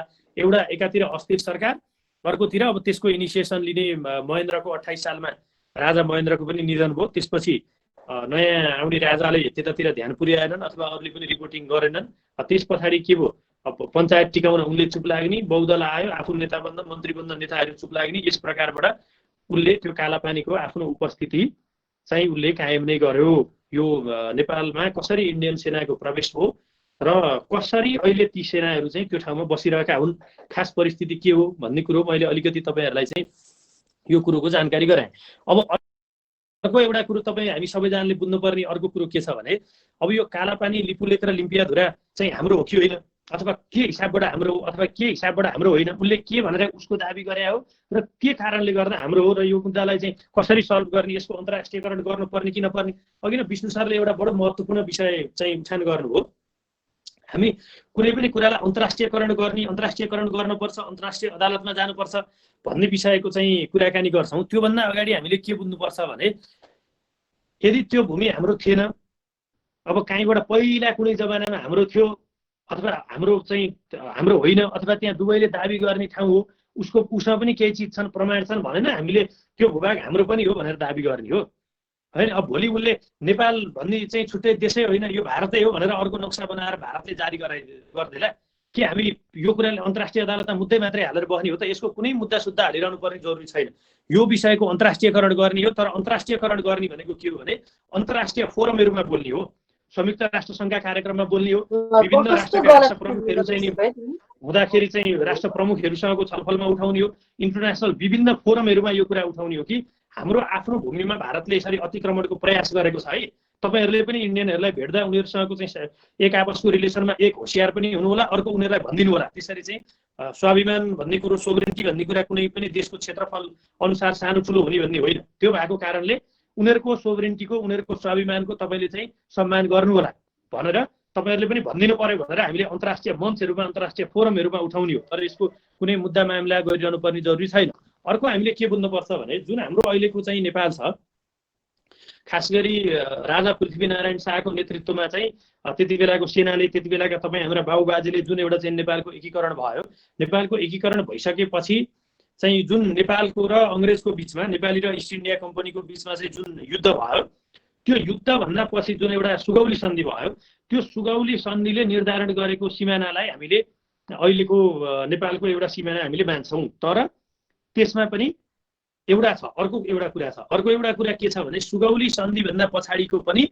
चाहिँ त्यति बेला जङ्गबहादुरले खुसी बनाएर अथवा राम्रो सम्बन्ध चाहिँ कायम गरेर बाँके, बर्दिया र कैलाली कञ्चनपुर है, यो 4वटा जिल्ला चाहिँ सुगौली सन्धिभन्दा पनि पछि फिर्ता पाएको हामीले फेरि यो कुरो पनि हामीले भुल्नुहुन्न। त्यो भएको कारणले नेपालको र भारतको चाहिँ सम्बन्ध र सीमाको सम्बन्ध के छ भने पहिलो नम्बरको कुरो बाँके, बर्दिया र कैलाली कञ्चनपुर भन्दा बाहेकका क्षेत्रको हाम्रो टेरिटोरी, हाम्रो सिमाना भनेको कुन हो भने यो चाहिँ जुन सुगौली सन्धिले स्थापना गर्यो त्यो हो। तर सुगौली सन्धिले स्थापित गरेको मात्रै हाम्रो सिमाना होइन, किनभने यो बाँके बर्दिया कैलाली कञ्चनपुर चाहिँ हामीले पछाडि प्राप्त गरेको त्यो भएको कारणले हामीले यो चाहिँ कुरामा के बुझ्नुपर्छ र तपाईँ हामी सबैजना एउटा के कुरामा चाहिँ स्पष्ट हुनुपर्छ भने अब कसरी हो त भन्दा सुगौली सन्धि हुँदैखेरि के भनियो भने जुन काली नदी छ लिम्पियाधुराबाट सुरु हुने के अरे लिम्पियाधुरामा जसको चाहिँ मुहान छ त्यो काली नदीको लाई सिमाना मान्ने भनेर भनेको छ। अब अहिले यो खास विवाद के कारणले भएको हो भने एउटा कुरो त्यो भारत र चीनको बिचमा युद्ध हुँदाखेरि नै मेन त्यो माथिको जुन काली नदीको मूल हो त्यो मूलभन्दा 17 किलोमिटर तलै आएर के अरे 12 किलोमिटर तलै आएर इन्डियन आर्मीहरू बसे, इन्डियन सेनाहरू बसे, त्यहाँभन्दा उता कसैलाई जान छिर्न दिएन, नेपालले वास्ता गरेन। अनि उनीहरूले बिस्तारै बिस्तारै के गरे भने अब इन्डियनहरू यो हामी काली नदी भन्छौँ, इन्डियनहरू त्यसलाई शारदा नदी पनि भन्छन् होइन। अनि यसलाई इन्डियाले के गरिसक्यो त भने जुन मूल काली नदीको मुहान हो त्यहाँ इन्डियन सेना लिएर आएर त्यहाँभन्दा पछि उसले के गर्यो 3 चोटि काली नदी सारिसक्यो। हेर्नुहोस् है, 3 चोटि काली नदी सारो भन्नुको मतलब के हो भने पुरानो हाम्रो जुन मूल थियो, ओरिजिनल मूल जुन हो त्यो मूललाई नभनिकन एउटा अर्को लिपु पासबाट चाहिँ तलतिर झरेको एउटा सानो खहरे छ, सानो खोला। उसले के गर्यो ओर पोस्ट राख्यो, मान्छेलाई छिर्न दिएन। पहिला उसले त्यही त्यो लिपु पासबाट बगेको सानो खहरेलाई काली नदी भने यही हो, यहाँबाट उता मात्रै तिमीहरूको माथि तिमीहरूको होइन भन्न थाल्यो। अझ अहिले पछि अझ के गर्यो भने त्यहाँभन्दा पनि अझ चाहिँ निकै किलोमिटर ओरा आएर उसले के गर्यो भने अहिले चाहिँ अर्को नक्कली एउटा मूल जस्तो त्यो मूल भएको ठाउँमा चाहिँ खोल्सो जस्तो नक्कली खोला जस्तो बनाएर यो शारदा नदी यही हो, यो के अरे काली नदी यही हो हाम्रो सिमाना भनेर चाहिँ त्यस प्रकारबाट चाहिँ उसले दाबी गरिरहेको छ। यस प्रकारबाट जाँदाखेरि चाहिँ हाम्रो सिमाना कति मिटिया छ त उसले अहिले भनेर भन्दाखेरि चाहिँ 35 वर्ग किलोमिटर चाहिँ लिपु खोला पूर्व कालापानीमा र त्योभन्दा बाहेक गरेर टोटल चाहिँ 395 वर्ग किलोमिटर चाहिँ क्षेत्रफल चाहिँ उसले चाहिँ अहिले हडपेको छ। त्यो 395 वर्ग किलोमिटर क्षेत्र भनेको चाहिँ कति जति पर्न आउँदो रहेछ भने हाम्रो अहिले जुन भक्तपुर जिल्ला छ नि त्यो भक्तपुर जिल्ला जस्ता 3टा जिल्ला बराबरको भूमि उसले मिचिसक्यो।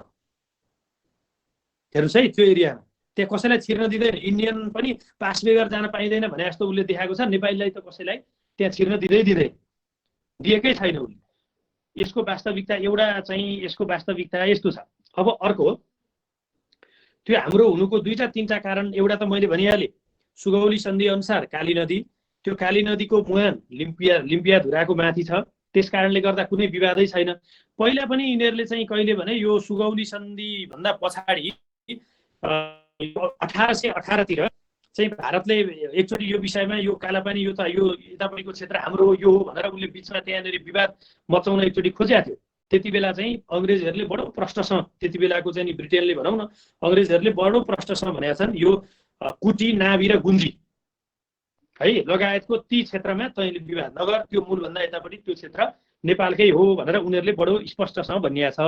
अब अर्को यसको प्रमाण के छ हामीसँग भन्दा 2015 सालको जुन निर्वाचन छ, 15 साल भने त कति भयो होइन, अब अहिले भर्खर 2077 साल न भयो भनेपछि 2015 सालको निर्वाचनमा कालापानी, लिपुलेक र लिम्पियाधुराका जनताहरूले मतदान गरेका छन्। हेर्नुहोस् है, निर्वाचनमा मतदान गरेका छन्, भोट हालेका छन्। 2018 सालमा चाहिँ त्यति बेलाको जनगणनामा त्यति बेलाको तथ्याङ्क विभागको अधिकृत वरिष्ठ पत्रकार भैरव रिसाल, जो अहिले पनि जीवितै हुनुहुन्छ, उहाँ मर्नु भएको छैन, जीवितै हुनुहुन्छ भैरव रिसाल है, उहाँ आफै त्यहाँ त्यो के अरे जनगणनाको अधिकृत भएर गएर जनगणना गराउनु भएको व्यक्ति उहाँ हुँदै हुनुहुन्छ। अर्को पूर्व सचिव यो महाकाली सन्धि गर्दाखेरिको चाहिँ एउटा ड्राफ्ट त्यो बनाउने त्यो ऊ पनि गर्नुभएको रहेछ उहाँले, डाक्टर द्वारिकानाथ ढुङ्गेल भन्ने हुनुहुन्छ होइन। डाक्टर द्वारिकानाथ ढुङ्गेल उहाँले पनि भन्नुभएको छ कि उहाँ त्यहाँ सिडिओ भएर पनि बस्नु भएको दार्चुला जिल्लामा। पहिला उहाँहरू त्यो कालापानी, लिपुलेक, लिम्पियाधुरामा त्यता अनुगमन गर्न जानुभएको छ। त्यो अब त्यहाँ हाम्रोबाट जाने बाटो नभएर भारत गएर आउनुपर्ने हुँदा भारतले बकाइदा नेपालको फलानु ठाउँमा जानलाई अनुमति दिएको छ भनेर दिएको अनुमति पत्रहरू पनि यहीँ सुरक्षित छ। अर्को दोस्रो अब सुगौली सन्धि र नेपाल र इस्ट इन्डिया कम्पनी बिचमा भएको दस्तावेज हेर्ने हो भने त्यो नेपालमा पनि छ, भारतमा पनि छ। त्यो कुरो ब्रिटेनसँग पनि त्यो दस्तावेजहरू सुरक्षितै छन्। अर्को संयुक्त राष्ट्र सङ्घको दस्तावेजमा समेत यो कालापानी, लिपुलेक र लिम्पियाधुरा नेपालको हो भन्ने कुरा संयुक्त राष्ट्र सङ्घको दस्तावेजमा समेत उल्लेख छ। त्यति मात्रै नभएर तपाईँले स्वयं भारतकै राजपत्रमा हेर्नुभयो भने पनि भारतकै राजपत्रमा पनि लिपुलेक, कालापानी र लिम्पियाधुरा नेपालको क्षेत्र हो भनेर भारतकै राजपत्रमा पनि उल्लेख छ। र अहिले जुन यो चाहिँ भारतले बाटो बनाएर उद्घाटन गर्यो भन्ने कुरा छ, अब उसले काम त यो सन् 1979 तिरै सुरु भएको हो, तर सन् 2008बाट चाहिँ एक्टिभली काम सुरु भएको। 2008बाटै काम सुरु हुँदाखेरि पनि अहिले 12 वर्ष पुरा भयो। हेर्नुहोस् है, हामी कहाँ त वास्तवमा भन्नुपर्दा दुःखका साथ भन्नुपर्छ होइन, यति भ्रष्ट यति नालायक चाहिँ नेतृत्व हाम्रो भयो। यो पार्टी ऊ पार्टी होइन, कुनै पनि पार्टीको। तपाईँ आफ्नो देशको आफ्नो जमिनमा आफ्नो भूमिमा बाटो बनेर उद्घाटन हुँदा नि थाहा नपाउने पनि नेता हुन्छ। आफ्नो देशको भूमि अर्काले कब्जा गरेर सेना राखेर बस्दा त तेरो सेना त्यहाँबाट हटा, मेरो सेना लगेर राख्छु, मेरो भूमिमा त बस्न पाउँदैनस् भनेर भन्न नसक्ने पनि नेता हुन्छ। त्यस्तो पनि प्रधानमन्त्री हुनसक्छ देशको, त्यस्तो पनि मन्त्रीहरू हुन सक्छन्। यो होइन कुनै पार्टीको। तपाईँ हेर्नुहोस्, पहिल्यैदेखिको त्यति बेलादेखिको चाहिँ हामीले इतिहासलाई राम्रोसँग हेर्ने हो भने यो सबै कुरो सम्झेर आउँदा, सबै कुरो बुझेर आउँदाखेरि कुन चाहिँ देशभक्तको रगत उम्लिँदैन, कुन चाहिँ देशभक्तको मन रुँदैन, कुन चाहिँ देशभक्तको मन दुख्दैन।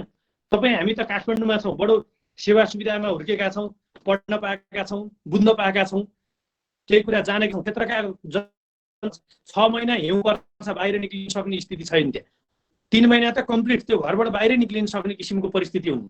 वर्षमा 6 महिना त त्यहाँबाट तिब्बत गएर उतापट्टि गएर काम गरेर चाहिँ त्यहाँका मान्छेहरू आउनु पर्ने किसिमको चाहिँ अवस्था छ। कति दुःखदायी अवस्था छ। हेर्नुहोस् त, बाटो बनेर उद्घाटन हुँदैन थाहा नपाउने। 78 किलोमिटर बाटो, अलिकति बाटो हो, आधा किलोमिटर 1 किलोमिटर हो, गोरेटो खन्या हो।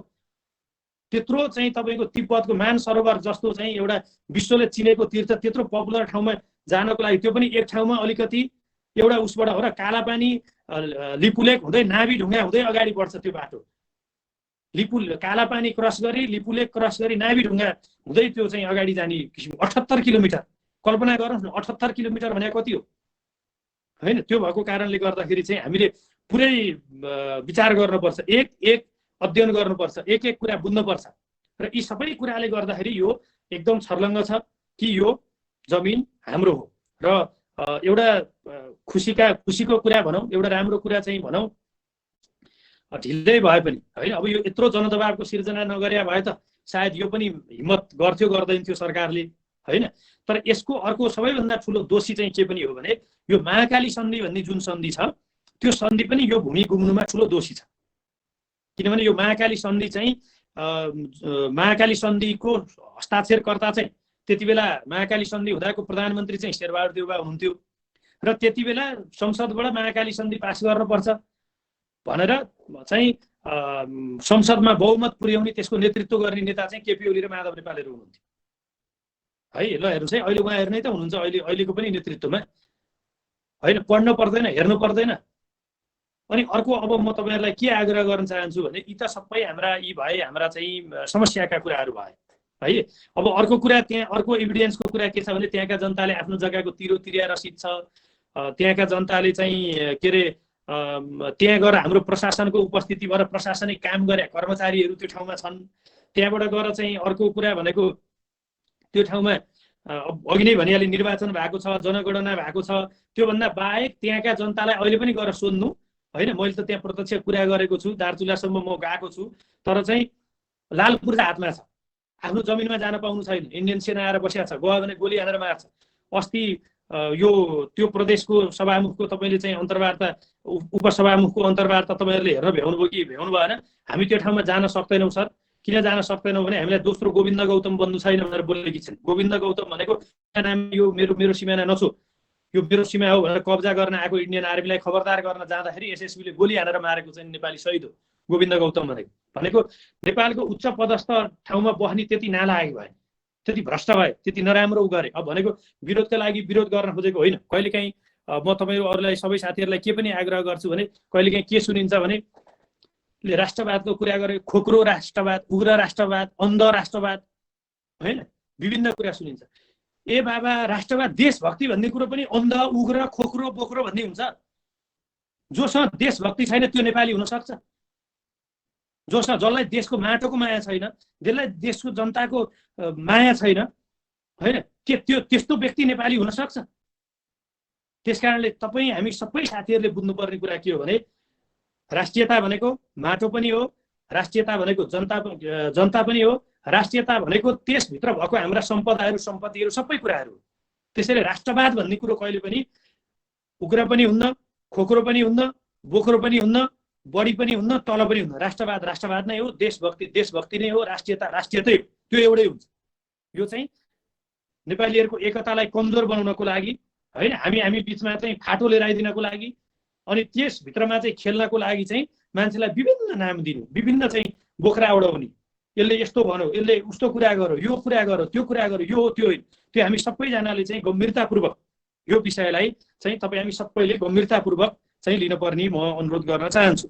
र अर्को दोस्रो कुरा, यसको साथसाथै म तपाईँहरूलाई के भन्न चाहन्छु भने हामीले केही समय अगाडि भनेको यो केस आएको थिएन, यो भारतले नेपालको भूमिलाई भारतको नक्सामा पनि हालेको थिएन, यो अहिलेको बाटो खन्या केस पनि आएको थिएन। योभन्दा अगाडि नै मेरै नेतृत्वमा हामी साथीहरू गएर चाहिँ हामीले पहिला त तल जानुभन्दा अगाडि मैले एउटा चाहिँ हामीले छलफल चलायौँ केही विज्ञहरूको बिचमा कि अब यो नेपाल भारतको जुन ओपन बोर्डर छ, यो ओपन बोर्डरले धेरै चिजमा घाटा छ हेर्नुहोस् है। अनि यो घाटाको न्यूनीकरण कसरी गर्न सकिन्छ, यो घाटा पूर्ति कसरी गर्न सकिन्छ भनेर हामीले विज्ञहरूको बिचमा छलफल चलाउँदा एउटा निष्कर्ष के निक्ल्यो भने यसको एउटै समाधान भनेको सिमानामा पर्खाल लाउने हो होइन। सिमानामा पर्खाल लाएर आफ्नो बोर्डरलाई बलियो बनाउने हो। र सिमाना अब अनि हामीले डिस्कस गऱ्यौँ यसका च्यालेन्ज के छन्, च्यालेन्जेसहरू, यसका अपर्च्युनिटीहरू के छन्, यसको चाहिँ बाधक को हुन सक्छन्, अथवा यसले हामीलाई घाटा के कुरामा हुनसक्छ, के कुरा फाइदा हुन्छ बेफाइदा हुन्छ भनेर हामीले विज्ञहरूसँग चाहिँ केलाइ कुलाइ गऱ्यौँ। त्यसरी हामीले छलफल गरेर केलाइ कुलाइ गर्दाखेरि चाहिँ के भेट्यो भने अहिले सीमा ओपन बोर्डरको कारणले के समस्या रहेछन् भने हेर्नुहोस्, सिमानामा भएका अधिकांश मान्छेको नेपाली नागरिकता पनि छ, इन्डियन नागरिकता पनि छ। हेर्नुहोस् है, सिमानामा भएका अधिकांश इन्डियनहरूको नेपाली नागरिकता छ, 40 लाख भन्दा बढी छ नेपाली नागरिकता छ अहिले इन्डियनहरू छ। हेर्नु होला पहिलो नम्बरको कुरा। अनि दोस्रो नम्बर के हुँदो रहेछ भने तपाईहरू तराईतिरको कोही साथीहरू यहाँ हुनु होला, तराईमा त कोही मान्छे उभिएर देशभक्तिको क्याम्पेन चलाउने आँट गर्न पनि कति गाह्रो, राम्रो काम गर्न पनि कति गाह्रो, किनभने यस्तो धेरै गुन्डागर्दी छ कि आएर सिधै त्यहाँ त राम्रो गर्ने मान्छेलाई मारिदिने अनि बोर्डरबाट पारी भागेर जाने। अर्का देशमा गएर त अर्को समाएर त लिएर आउने हिम्मत त नेपाल पुलिसको छैन, भारतमा गएर कोही अपराधीलाई समाएर लिएर आउने तागत त। हेर्नुहोस् है, अनि त्यही इन्डियनका गोठी भएका 4-5 जना नेताहरू त्यहाँ बसेर राज गर्ने, ती चुनाव लड्ने, अरूलाई आउन पनि नदिने, गोली हान्ने मारिदिने, कि के आरोप लाएर लगेर जेल हालिदिने। हेर्नुहोस् है, ठुलो समस्या, गुन्डागर्दीको, अपहरणको समस्या, चन्दा आतङ्कको समस्या, अनि यति धेरै तस्करी हुँदो रहेछ, यति धेरै तस्करी हुँदो रहेछ यो चाहिँ ओपन बोर्डरको कारणले कि त्यो जुन ओपन बोर्डर नहुँदाखेरि चाहिँ जुन लिगल बाटोबाट आउँदाखेरि जति ट्याक्स राज्यले चाहिँ इन्कम गर्न सक्थ्यो त्यो त अहिले 90% ट्याक्स घाटा छ राज्यलाई। हेर्नुहोस् त्यो ओपन बोर्डरको कारणले गर्दा 90%। राम्रो, यो मैले त्यत्तिकै हचुवातालमा बोले होइन, धेरै विज्ञहरूसँग छलफल गरेर धेरैसँग सोधेर बुझेर अध्ययन गरेर मात्रै बोल्दैछु म, यो तपाईँहरूलाई अथेन्टिक कुरा गर्दैछु। अनि त्यहाँभन्दा पछि हेर्नुहोस् है, भनेपछि यसको घाटै घाटा रहेछ, भनेपछि फाइदा के हुने रहेछ हामीलाई, 2-3वटा कुरा हेर्नुहोस्। अर्को कुरो के हुँदो रहेछ भने फाइदा हामीलाई के हुँदो रहेछ भने, एक, कहिले पनि यो सिमाना विवादको तनाव लिनै परेन, नम्बर 1। नम्बर 2, हाम्रो ट्याक्सको रेभिन्यू जुन छ नि त्यो वात्तै बढ्छ, सबै एउटा लिगल पर्सपेक्टिभबाट चाहिँ आउन थाल्यो। दोस्रो, तेस्रो फाइदा, त्यहाँ भएको जुन गुन्डागर्दी, मान्छेलाई मान्छे मार्ने, हान्ने, काटमार जुन छ नि त्यो ठ्याक्कै ठप्प बन्द हुन्छ। त्यसले गर्दा राम्रा मान्छेहरूले चाहिँ त्यहाँ चान्स पाउन थाल्छन्। अर्को कुरा के हुन्छ भने हामी आत्मनिर्भरतातिर पनि हामीहरू पनि अगाडि बढ्न चाहिँ थाल्न पर्यो कि होइन, सबै कुराहरू। यसका फाइदा थुप्रै फाइदाहरू रहेछन्। अब अर्को, अब त्यसपछि मैले के गरेँ भने अब नेतृत्व गर्ने मान्छेहरूसँग बोल्न पर्यो, कुरा गर्न पर्यो, किनभने देशको त नीति निर्माण तहबाट हुने कुरा हो यो। भनेपछि मैले केही नेताहरूसँग कुरा गरेर मान्छेहरूसँग कुरा गरेँ, धेरैसँग मैले चाहिँ छलफल चलाएँ। सबैको प्रतिक्रिया के, यो बाबु कस्तो कुरा गरे, तपाईँ यस्तो देशभक्त, तपाईँ राम्रो मान्छे हो, भोलि राजनीति गरेर चाहिँ मन्त्री सन्त्री प्रधानमन्त्री हुनुपर्ने देशको यस्तो राम्रो मान्छे, तपाईँले कहाँ यो बोर्डरको कुरा लिएर आएको, भोलि भारत विरोधी रहेछ भन्दैनन्, तपाईँको राजनीतिक करियर बिग्रिँदैन, चुपो लाएर राजनीति गरेर ठाउँमा नपुगेर तपाईँ यो नचाहिएको कुरातिर लाग्ने। ल हेर्नुहोस् है, उल्टो लग लग लग लग लग लग लग हामी यस्तो डराउँदो रहेछ न, मान्छेको पात्रहरूका नाम तपाईँहरूलाई अब किन भन्नु होइन, यति थर्कमान छन् कि त्यो दम, त्यो हिम्मत, त्यो साहस, देशका लागि गर्छु, लड्छु, गरेर देखाउँछु भन्ने किसिमको दम मैले बहुत कम मान्छेमा देखाएको छु, सिनियरहरूमा पनि, ठुलाहरूमा पनि। हेर्नुहोस् है, अनि त्यसपछि अर्को एक थरीले मलाई के भने ल हेर्नुहोस्, यो तपाईँको कुरामा बोर्डरकै जनताले पनि साथ दिँदैनन्। किन साथ दिँदैनन्? त्यो खुल्ला ओपन बोर्डर भएको कारणले मान्छे जाने आउने भएको छ, यस्तो भएको छ, उस्तो भएको छ, दुनियाँ त्यहाँ अब उताका छोरीहरू यता बिहे गरेर लिएर आएको छ, यताका छोरीहरू उता बिहे गरेर दिएको छ। अनि अर्को नेपालको भन्दा सामान अलिकति सस्तोमा पाइन्छ इन्डियामा, होइन? सामान सस्तो सामान किनेर लिएर आएर चाहिँ खाछन्, यताउता गरेका छन्। यो हुँदाखेरि चाहिँ तपाईँलाई यो चाहिँ नि बडा गाह्रो हुन्छ भने डराए। त्यसपछि मैले के गरेँ भने अब यो यहाँ माथि काठमाडौँमा बसेर यिनका कुरा सुनेर हुँदैन, एकचोटि बोर्डर छेउकै जनतासँग गएर अन्तर्क्रिया गर्नुपर्छ भनेर म धेरैवटा बोर्डरले टच गरेका धेरैवटा गाउँहरूमा जिल्लाहरूमा गएर मैले अन्तर्क्रिया गरेँ। त्यहाँ गएर अन्तर्क्रिया गर्दा सबैमा एउटा चिन्ता रहेछ, सबैको एउटा साझा चिन्ता भने के रहेछ भने बिहा गरेर यताबाट पनि दिएको, उताबाट पनि बिहे गरेर लिएर आएको भनेपछि अनि कतिपय मान्छे चाहिँ यहाँबाट काम गर्न उता जाने, उताका मान्छे काम गरेर यता आउने भनेपछि अब पर्खालै लगाएपछि त यो सबै बन्द हुने हो कि के हुने हो भन्ने किसिमको चाहिँ एउटा त्यो एक खालको चिन्ता चाहिँ सबैको देखियो। तर त्यो सिमानामा पर्खाल लाउने भनेको ठप्पै नेपाल भारत आउजाउ नै बन्द गर्ने भने होइन नि त। गेट राखिन्छ नि ठाउँ ठाउँमा, वडामा होला, गाउँपालिकामा होला, अलिक ठुलो बस्ती भएको ठाउँमा होला, त्यहाँ हाम्रो आर्मी बस्छ अथवा पुलिस बस्छ, सशस्त्र बस्छ, त्यहाँ सेक्युरिटी राखिन्छ, परिचय पत्र देखाएर आउजाउ गर्ने किसिमको चाहिँ व्यवस्था गरिन्छ। अनि को नेपाली नागरिक हुनु होइनन् तिनको छानबिन हुन्छ। नेपाली नागरिकता नागरिक नभएको नेपाली नागरिकता लिने नेपाली नागरिकता खारेज गरिन्छ, होइन? यो सबै कुराले बहुआयामिक कुराले नेपालको राष्ट्रियता बलियो हुन्छ। यो कारणले हामीलाई फाइदा छ भनेर सिमानामा गएर बुझाइसकेपछि यति धेरै स्वागत गरेँ, यति धेरै खुसी भए कि मैले नेपालको अत्यन्तै विवादित र अतिक्रमित भएको क्षेत्र नारायणी पारी सुस्तामा गएर सिमानामा पर्खाल लाउने अभियानको घोषणा गरेर आएको। जबकि त्यो ठाउँमा जानै यति धेरै डरमर्दो छ। यस्तो त्यहाँ चाहिँ नि इन्डियनको एसएसबीको यत्रो दगदकार भएको त्यो चाहिँ एरिया हो, त्यो ठाउँ हो। हिम्मतका साथ हामीले गएर चाहिँ त्यहाँबाट यो अभियान यस प्रकारबाट चाहिँ सुरु गरेको। अब केही चाहिँ अब अहिले खुसीको कुरा के हो भने हिजो जो त्यो भन्न डराउँथे अहिले कमसेकम संसदमा सिमानामा पर्खाल लाउन हुन्छ र पर्खाल लाउनु हुँदैन भन्ने बहस संसदमा सुरु भएको छ। यसलाई एउटा चाहिँ तपाईँ हामी सबैले एउटा राष्ट्रव्यापी बहसको रूपमा चाहिँ यसलाई अगाडि लिएर जानुपर्ने मैले देखाएको छु। अब केही कुरामा नोक्सान हुन्छ भने चाहिँ नि हामीले बिहोर्न तयार हुनु पर्यो। अनि अर्को के रहेछ भने नेपाल भारतको रिलेसनमा कतिपयले मलाई के भन्यो भने हाम्रा नेपालका 20-25 लाख मान्छेहरू भारतमा गएर काम गर्छन्, अनि त्यो 20-25 लाख मान्छेले भारतमा गएर काम गरिसकेपछि त हामीले अहिले यस्तो कुरा गऱ्यौँ भने त तिनीहरूलाई भारतबाट खेद्ला, के गर्ला, कसो गर्ला, त्यसै डराउँछन् के? त्यसै डराउनु पर्ने जरुरतै छैन। ए बाबा, नेपालीलाई दया गरेर कृपा गरेर इन्डियनहरूले जागिर दिए होइन, उनीहरूका देशका मान्छेले भन्दा हाम्रो देशका जनताले कम स्यालेरीमा त्यहाँ गएर काम गरेका छन्। 5,000 6,000 आइसीमा, 10,000 15,000 आइसीमा नेपालीहरूले त्यहाँ गएर काम गरेका छन्। उनीहरूले श्रम बेचेका हुन्, स्वाभिमान बेच्या होइन नि, राष्ट्रियता बेच्या होइन नि, उनीहरूले आफ्नो श्रम बेच्या हो। अहिले पो हामी गरिब छौँ त, अहिले पो हामी पछाडि छौँ र अर्कोमा काम गरेर चाहिँ पर्ने हाम्रो बाध्यता छ त, विदेश जानुपर्ने बाध्यता छ त। हाम्रो देश समृद्ध बनाउन सक्ने हो, देशलाई राम्रो बनाउन सक्ने भने कसलाई बाहिर जान रहर हुन्छ? इन्डियन कहाँ गएर चौकीदारी गरेर महिनाको चाहिँ 10-12 हजार आइसी हालेर घर चलाउन गुजारा गर्न कसैलाई रहर छ र? थोडी। अनि अर्को दोस्रो कुरा, हाम्रा त 20-25 लाख मात्रै छन्, 1 करोड इन्डियन छन् नेपालमा, 1 करोड इन्डियन गुजारा गरेर बस्ने। यो कुरा पनि हामीले च्यालेन्ज गर्न सक्ने ठाउँ छ नि, हामीले भन्न सक्ने ठाउँ छ नि। किन डराउनु पर्यो? हाम्रा 25 लाख, हाम्रा 20 लाख छन् भने तिम्रा 1 करोड छन्। अनि अर्को कुरा तपाईँले ख्याल गर्नु होला, विश्वमा अन्य मुलुकहरूमा जो जाँदाखेरि पनि त्यहाँ बस्ने एउटा प्रक्रिया हुन्छ। त्यहाँ भिजा लिनुपर्छ, त्यहाँ वर्क परमिट लिनुपर्छ, त्यहाँको राज्यलाई ट्याक्स तिर्नुपर्छ। नेपालमा आएर काम गरेर बसेका कति इन्डियनले नेपाललाई ट्याक्स तिरेका छन् हेर्नुहोस् त? तिरेका छन्। मुस्किलले 5%ले पनि तिरेका छैनन् होला। अनि नेपालमा चाहिँ जे पनि गर्न पाइने, यहाँ आउने, यहीँ खाने, यहीँ कमाउने, यही देशलाई सिद्ध्याउने, यही देशको कर छल्ने। अनि यहाँ आएर जुन कर्मभूमिले खान दिन्छ त्यो कर्मभूमिप्रति केही दायित्व हुन्न। तपाईँले ख्याल गर्नु होला, इन्डियामा चौकीदारी गर्नेहरूको पनि स्यालेरी आउँदाखेरि त्यहाँ ट्याक्स कटाएर आउँछ। हामी कहाँ कति इन्डियनले ट्याक्स तिर्छन्? 1 करोड इन्डियनलाई, 1 करोड नेपालमा बस्ने इन्डियनलाई ट्याक्सको दायरामा लिएर आउने भने कति पैसा राज्यमा बढ्छ? त्यो पैसा उद्योग धन्दा कल कारखानामा चाहिँ हामीले लगानी गर्न सक्ने हो भने देशको मुहार फेरिन्छ। ती 20 लाखलाई, ती हाम्रा 20 लाखलाई नेपालमै ल्याएर त्यहाँभन्दा बढी स्यालेरीमा यहाँ काम दिन सकिन्छ। किन दिन सकिँदैन? त्यो भिजन हुनु पर्यो नि, त्यो सोच हुनु पर्यो नि, त्यो देशप्रति काम गर्ने त्यो किसिमको वफादारीता हुनु पर्यो नि। ल तपाईँहरू मैले अहिले भनेको कुरामा चाहिँ सरले कुनै अतिरञ्जित कुरो गर्यो भने जस्तो तपाईँहरूलाई लाग्छ भने तपाईँहरूले एकचोटि रिसर्च गर्नु होला। तपाईँहरू चाहिँ नि किनभने युनिभर्सिटी पढ्दै गरेको, कलेज पढ्दै गरेको विद्यार्थीहरूले हामीले के कुरामा विश्वास गर्नुपर्छ भने हामी रिसर्च बेसमा जानुपर्छ। जहिले पनि हामीले अध्ययन गर्नुपर्छ, अध्ययन नगरिकन बोल्नुहुन्न। तपाईँहरूले एउटा के रिसर्च गर्नु होला भने नेपालका ठुल्ठुला नेता र नेपालका मन्त्रीहरू अथवा कुनै पनि सेक्टरका तपाईँ 50 जना नेपालका उच्च पदस्थहरूको दैनिकी एकचोटि रिसर्च गर्नुहोस्। तपाईँहरूले यिनीहरूको दैनिकी कसरी बित्छ? बिहान उठो, उठेर नुहाइदिए गरेर ड्रेस लाएर तल आउनु नपाउँदा 100 जना 200 जना कार्यकर्ता घर जम्मा भइसक्यो हुन्छ। काम केही छैन, मेरो यो गरिदिनु पर्यो, जागिर लगाइदिनु पर्यो, दाइ यस्तो भन उस्तो भन, फोटो खिच्न फेसबुक, काम केही छैन।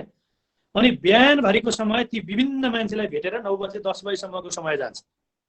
अनि 11 बजेतिर के अरे चाहिँ गाडी हल्लाउँदै मन्त्रालय गयो हो, अथवा त्यहाँबाट चाहिँ 10-11 बजे निस्केर कुन कार्यक्रमको प्रमुख अतिथि त भने दिनमा 5वटा 6वटा कार्यक्रममा गए, रिबन काटो, मैनबत्ती बालो, भाषण गरौँ, सरकारले परिवर्तन गर्छ, समृद्धिको पक्षमा छ, देशको मुहार फेरिन्छ, देश विकास हुन्छ, युवाले दुःख पाउनु पर्दैन, कोही भोको बस्नु पर्दैन, कोही बेरोजगार हुन्न हो, रिबन काटो, मजाले भाषण शासन गर।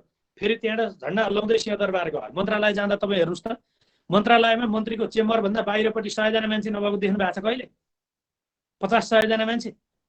अनि त्यो 50-100 जना मान्छेका कुरा सुनो, यो काम त्यो काम, दुनियाँदारी गर्दा गर्दै 5-6 बजीको 5-6-7 बजे भइसकेपछि कुन ठेक्कामा कति पैसा लिने दिने बार्गेनिङ गर्नलाई ठेकदार रेडी भएर बसेको हुन्छ। अनि त्यही ठेकदारसँग गयो, रक्सी खायो, राति 11-12 बजेसम्म ठुल्ठुला कुरा गरौँ, कमिसनको कुरा गरौँ होइन। अनि देशका लागि सोच्ने समय खोइ, देशको राष्ट्रियतामाथि सोच्ने समय खोइ, युवाको समस्यामाथि सोच्ने, समस्याको समाधान कसरी गर्ने सोच्या खोइ, बेरोजगारीको अन्त्य कसरी हुन्छ सोच्या खोइ, विश्व कसरी बन्या छ अध्ययन गरे खोइ, डेभलपमेन्टको मोडल के हो खोइ, केही चिज छैन। ठप्प हेर्नुहोस् है, अपवादमा कोही राम्रा पनि छन्, त्यो गर्ने पनि सबैलाई मुस्न खोजे होइन, तर अधिकांशको तपाईँले हेर्नुहोस्। अनि देश कसरी बन्छ? अर्को कुरा, आज आएर तपाईँ हामी जस्तो युनिभर्सिटी पढ्ने लेभलका विद्यार्थी हामी चाहिँ यो के हो रियालिटी भन्ने विषयमा आज हामी छलफल गर्दैछौँ। यो छलफल त हामीले पाठ्यक्रममा पढाइनु पर्थ्यो कि पर्दैन थियो? हामीले किताबमै तलैदेखि पढेर आउन पाउनु पर्थ्यो कि पर्दैन थियो? प्रत्येक नागरिकको अधिकार हो देशमा जन्मिसकेपछि त्यो देशको स्ट्रेन्थ, त्यो देशको विकनेस, त्यो देशको नेसनल सोभरेन्टी, सबै कुराहरूको बारेमा बुझ्न पाउनु पर्ने प्रत्येक नागरिकको अधिकार हो कि होइन? हामीलाई पाठ्य पुस्तकदेखि नै पढाइनु पर्थ्यो कि पर्दैन थियो? देश यहाँ चाहिँ चुको है, कोशी सम्झौता भयो, गण्डक सम्झौता भयो, टनकपुर सम्झौता भयो, महाकाली सन्धि भयो, यहाँनिर गल्ती भयो, सीमाहरू यो ठाउँमा मिचिया छ, यो ठाउँमा यो समस्या छ, यो ठाउँमा यो समस्या छ, यहाँ विदेशी आएर बसेको छ, यो चिज प्र्याक्टिस गर्दा हामी यो चिजमा फेलियर भयौँ। त्यसैले हामीले यसो गर्नुपर्छ। नयाँ पुस्तालाई बुझाउनु पर्दैन? त्यो जान्न पाउने, त्यो सुन्न पाउने, त्यो सिक्न पाउने हाम्रो अधिकार हो कि होइन? अनि अर्को कुरो, अब दोष कसलाई दिने? समस्या यो छ र यो समस्या म तपाईँहरूलाई के भन्छु भने यही तालले देश बन्नेवाला पनि छैन, यो कुनै समस्याको समाधान पनि हुनेवाला छैन। जस्तै म तपाईँहरूलाई भन्छु, हेर्नुहोस्, अब हामीले जति कुरा गरे पनि अन्तिममा देश बनाउने सबैभन्दा प्रमुख चिज त्यही चिजले मात्रै म भन्दिनँ, त्यसका धेरैवटा विङ्सहरू राज्यका सबै विङ्सले काम गर्छन्। तर तपाईँ हामीले बुझ्नुपर्ने चाहिँ अर्को इम्पोर्टेन्ट कुरा के हो, महत्त्वपूर्ण विषय चाहिँ के हो भने देश बनाउने कसले सबैभन्दा बढी जिम्मेवार त को हुन्छ भन्दा सरकार हुने हो। राज्य चलाउने कसले? सरकारले चलाउने हो। भन्नलाई हामी कार्यपालिका, व्यवस्थापिका र न्यायपालिका भनेर हामी तीनटा कुरा गर्छौँ। त्यसमा पनि न्यायपालिका भन्दा बाहेक त कार्यपालिका र व्यवस्थापिका भने त त्यही संसद भने नेताहरू नै हो, सरकार भने पनि नेताहरू नै हो होइन? भनेपछि हाम्रो निर्वाचन प्रणाली कस्तो छ ल हेर्नुहोस्। पहिलो नम्बरमा भने एउटा वडामा चुनाव जित्न, एउटा नगरपालिकामा चुनाव जित्न, एउटा सांसद चुनाव जित्न कति करोड पैसा खर्च हुन्छ? अनि 10औं करोड रुपियाँ पैसा खर्च गरेर सांसद भएर आएको मान्छेले आफ्नो त्यो खर्च भएको पैसा उठाउन लाग्छ कि देशको पोलिसी बनाउनतिर लागेको छ? अनि समानुपातिकका सांसदका कोटा कसरी पैसा लिँदै बेच्दै गरेका छन्? अनि मन्त्री हुनको लागि सांसद नजिती नहुनु प्रावधान छ भनेपछि अब देश कसरी बन्छ? अनि अर्को कुरो, आज जो व्यक्तिहरू नेतृत्वमा छन्, तपाईँहरूले ख्याल गर्नुहोला, अहिले भएका ठुला पार्टीहरूमा जो व्यक्तिहरू नेतृत्वमा छन्, आजको 10 वर्षपछिसम्म पनि यिनै व्यक्तिहरूले नेतृत्व गर्ने अवस्था देखिन्छ। नेकपाको कुरा गर्ने हो भने केपी ओली पछि ल केपी ओली बिरामी भए, केही भयो, तलमाथि भयो, प्रधानमन्त्रीलाई राम्रो होस् केही नहोस् म सम्मान गर्छु, तर केही भयो नि कसले चलाउँछ? कि माधव नेपालै होला, कि प्रचण्ड नै होलान्, ईश्वर पोखरेलहरू नै होलान्। नेपाली काङ्ग्रेसमा शेरबहादुर देउवा परिवर्तन भएको आऊ, रामचन्द्र पौडेलहरू नै आउने होला, शशाङ्क कोइरालाहरू नै मानौ न भनेको अहिले त्यही नेतृत्वको टेरिटोरीले अझै 10 वर्ष मुलुक चलाउने चाहिँ अवस्था देखिन्छ भने यी मध्ये टेस्ट नभएको को छ ल देखाउनुहोस् त? सबै टेस्टेड होइन। सबैको उही होइन, कार्यशैली उस्तै होइन भनेपछि अब देश कसरी बन्छ? भनेको मैले कसैको विरोध गर्न खोजे होइन, त्यसप्रति कसैको आस्था छ भने पनि मेरो त्यो आस्थाप्रति सम्मान छ। मैले खालि भन्न खोजेको कुरो के हो भने हाम्रो काँधमा एउटा ठुलो दायित्व, नयाँ पुस्ताको युवा पुस्ताको काँधमा के ठुलो दायित्व छ भने कि यिनलाई काँध समाएर ठिक ठाउँमा ट्र्याकमा लिएर आउन सक्नु पर्यो, देशभक्त बनाउन सक्नु पर्यो, एउटा सिस्टममा मुलुकलाई चलाउन सक्ने, हिँडाउन सक्ने हुनु पर्यो कि यिनको विकल्प हामीले दिन सक्नु पर्यो। नत्र विरोधका लागि विरोध गरेर मात्रै केही हुँदैन, देश परिवर्तन हुँदैन, देश बन्दैन। अनि हामी युवाको उसको ल तपाईँ हामी कल्पना गरौँ, पृथ्वीनारायण शाह जम्मा 21 वर्षका थिए नेपाल एकीकरणको अभियानको नेतृत्व गर्दै गर्दा, सुरु गर्दै गर्दा। बिपी कोइरालाको उमेर कति थियो के अरे 7 सालको क्रान्तिको नेतृत्व गर्दै गर्दा?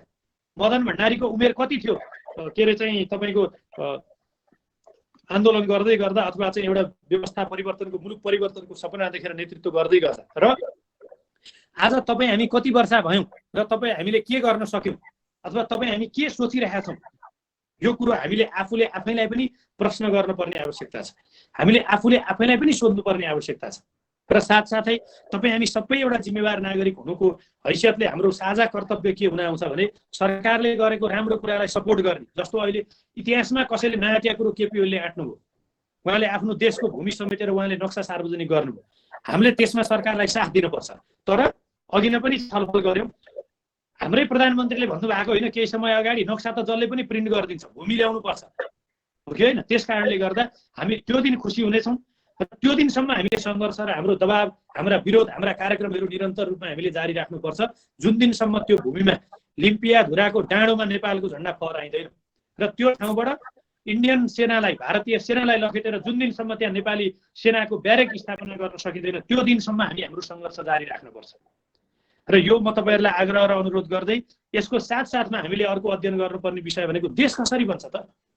निर्वाचन प्रणाली कसरी सुधार्ने, कार्यपालिका कस्तो हुनुपर्ने, व्यवस्थापिका कस्तो हुनुपर्छ, न्यायपालिकाको संरचना कस्तो हुनुपर्छ, कृषिमा, पर्यटनमा, जलविद्युतमा, जडीबुटीमा के सम्भावनाहरू छन्, पूर्वाधार निर्माणको सम्भावना के छ, बालुवा भएको ठाउँ त्यो दुबई, कतार, मलेसिया कस्तो भएको छन्, सिङ्गापुर के थियो होला हेर्नुहोस् त, कति हेलाइमा परेको देश हो सिङ्गापुर, घरि मलेसियाले ल्याएको छ, घरि मलेसियाले फालिदिएको छ। त्यस्तो किसिमको देशलाई लिक्वानिले आएर कस्तो देश बनाए? हामीले यी नजिकै सबैतिरको कुराकानी गर्ने हो भने आजभन्दा 70 वर्ष अगाडि चाइनिजको अवस्था के थियो हेर्नुहोस् त, कुन हालतमा थियो चाइना आजभन्दा 70 वर्ष अगाडि? भने हामीले जति ठुलो र आदर्शको कुरा गरे पनि सबैभन्दा पहिला हामी आत्मनिर्भर हुनुपर्छ, स्वाभिमानको लागि पनि।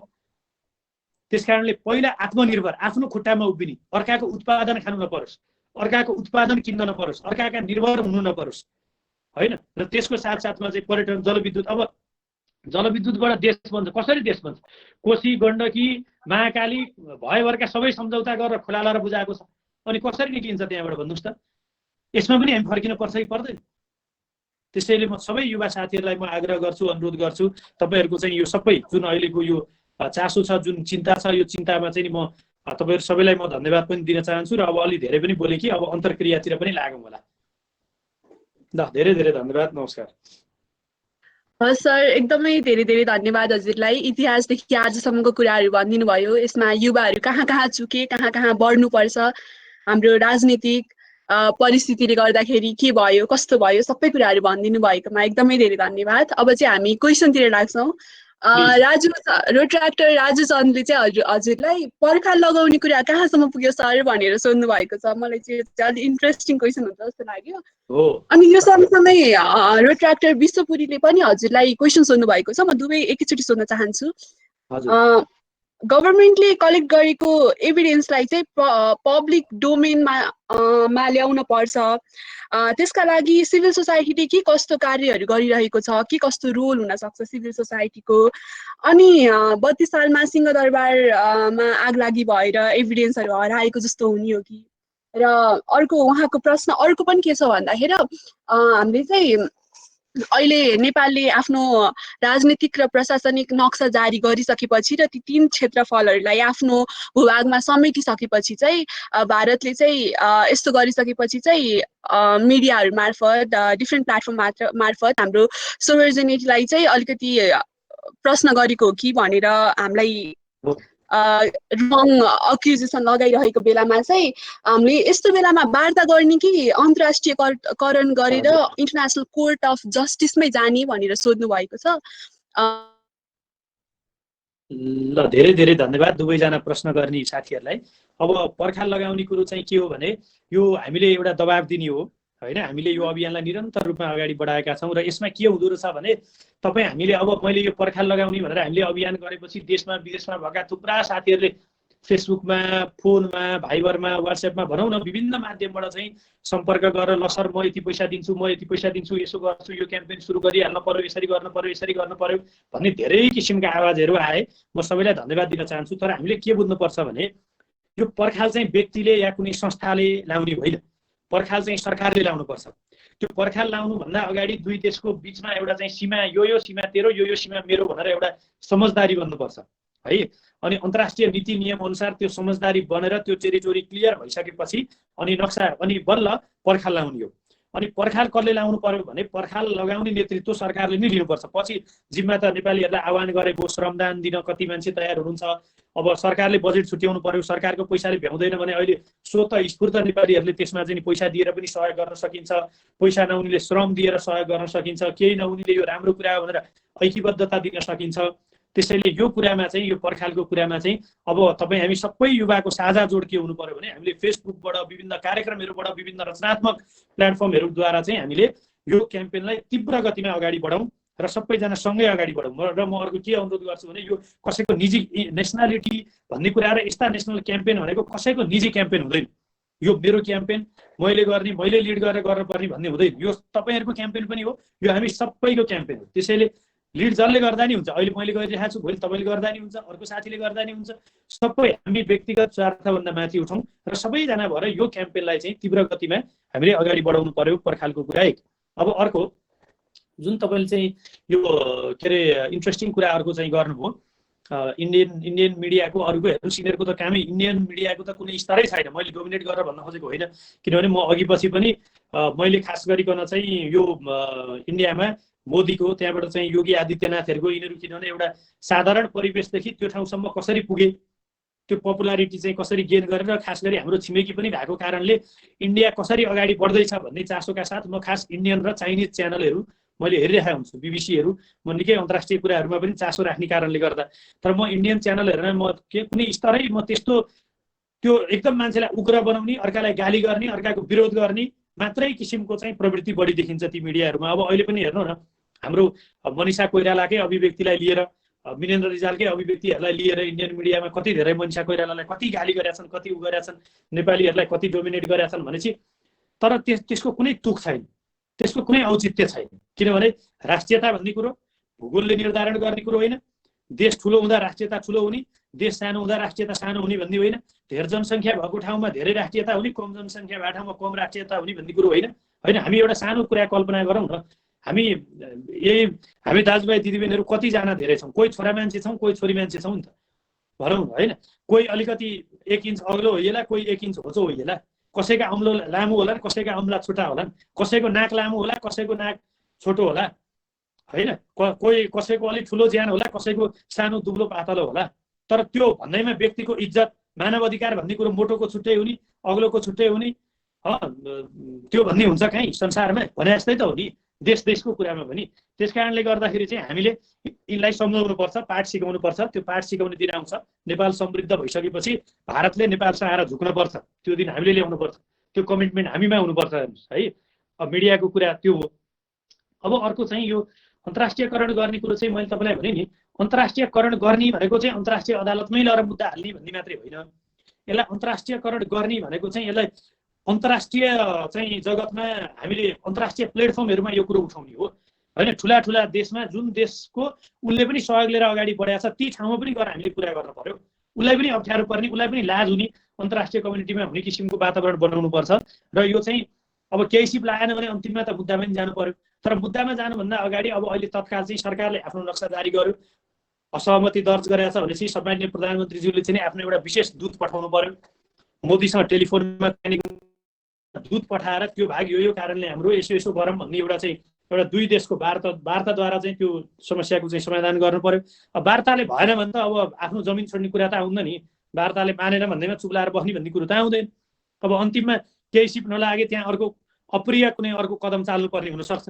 हामीले चिठी लेखिदिनु पर्यो होइन, ल इन्डियन सेनालाई तुरुन्त 24 घण्टाभित्र नेपालको भूमि छोडेर जाऊ भनेर चाहिँ चिठी लेख्न सक्ने दम हुनु पर्यो, हिम्मत हुनु पर्यो। आउनै पर्छ, नेगोसिएटमा नआइकन त सुखै छैन। त्यस प्रकारबाट जानुपर्छ यसमा चाहिँ। ल धेरै धेरै धन्यवाद। अनि यो अर्को पनि मैले जोडेँ ल यसैमा, सिभिल सोसाइटी र हाम्रो आम पब्लिकको के भूमिका हुन्छ भन्ने पनि अघि यसैमा जोड्नु भएको थियो। हामी सबैको कुरा भनेको राम्रो कुरामा सपोर्ट गर्ने, नराम्रो कुरामा विरोध गर्ने र तर अब बिस्तारै युवाले तपाईँ हामी आफै अलिकति हिम्मत गरेर राजनीतितिर सक्रिय हुनु पर्यो कि भएकै ठुल्ठुला पार्टीभित्र छिरेर त्यहाँका नराम्रा मान्छेलाई साइड लाउन सक्ने र त्यहाँभित्रका राम्रा मान्छेलाई स्थापित गर्ने क्याम्पेनतिर अगाडि बढ्नु पर्यो। होइन भने युवाहरूले नै नयाँ पार्टी बनाएर अगाडि आउने किसिमको चाहिँ त्यो आँट, त्यो हिम्मत, त्यो साहस चाहिँ देखाउनु पर्यो। Thank you. ल आस्था। हजुर सर, प्लिज नेक्स्ट अब अर्को प्रश्न चाहिँ रिट्र्याक्टर यशोदा रिजालले सोध्नु भएको छ।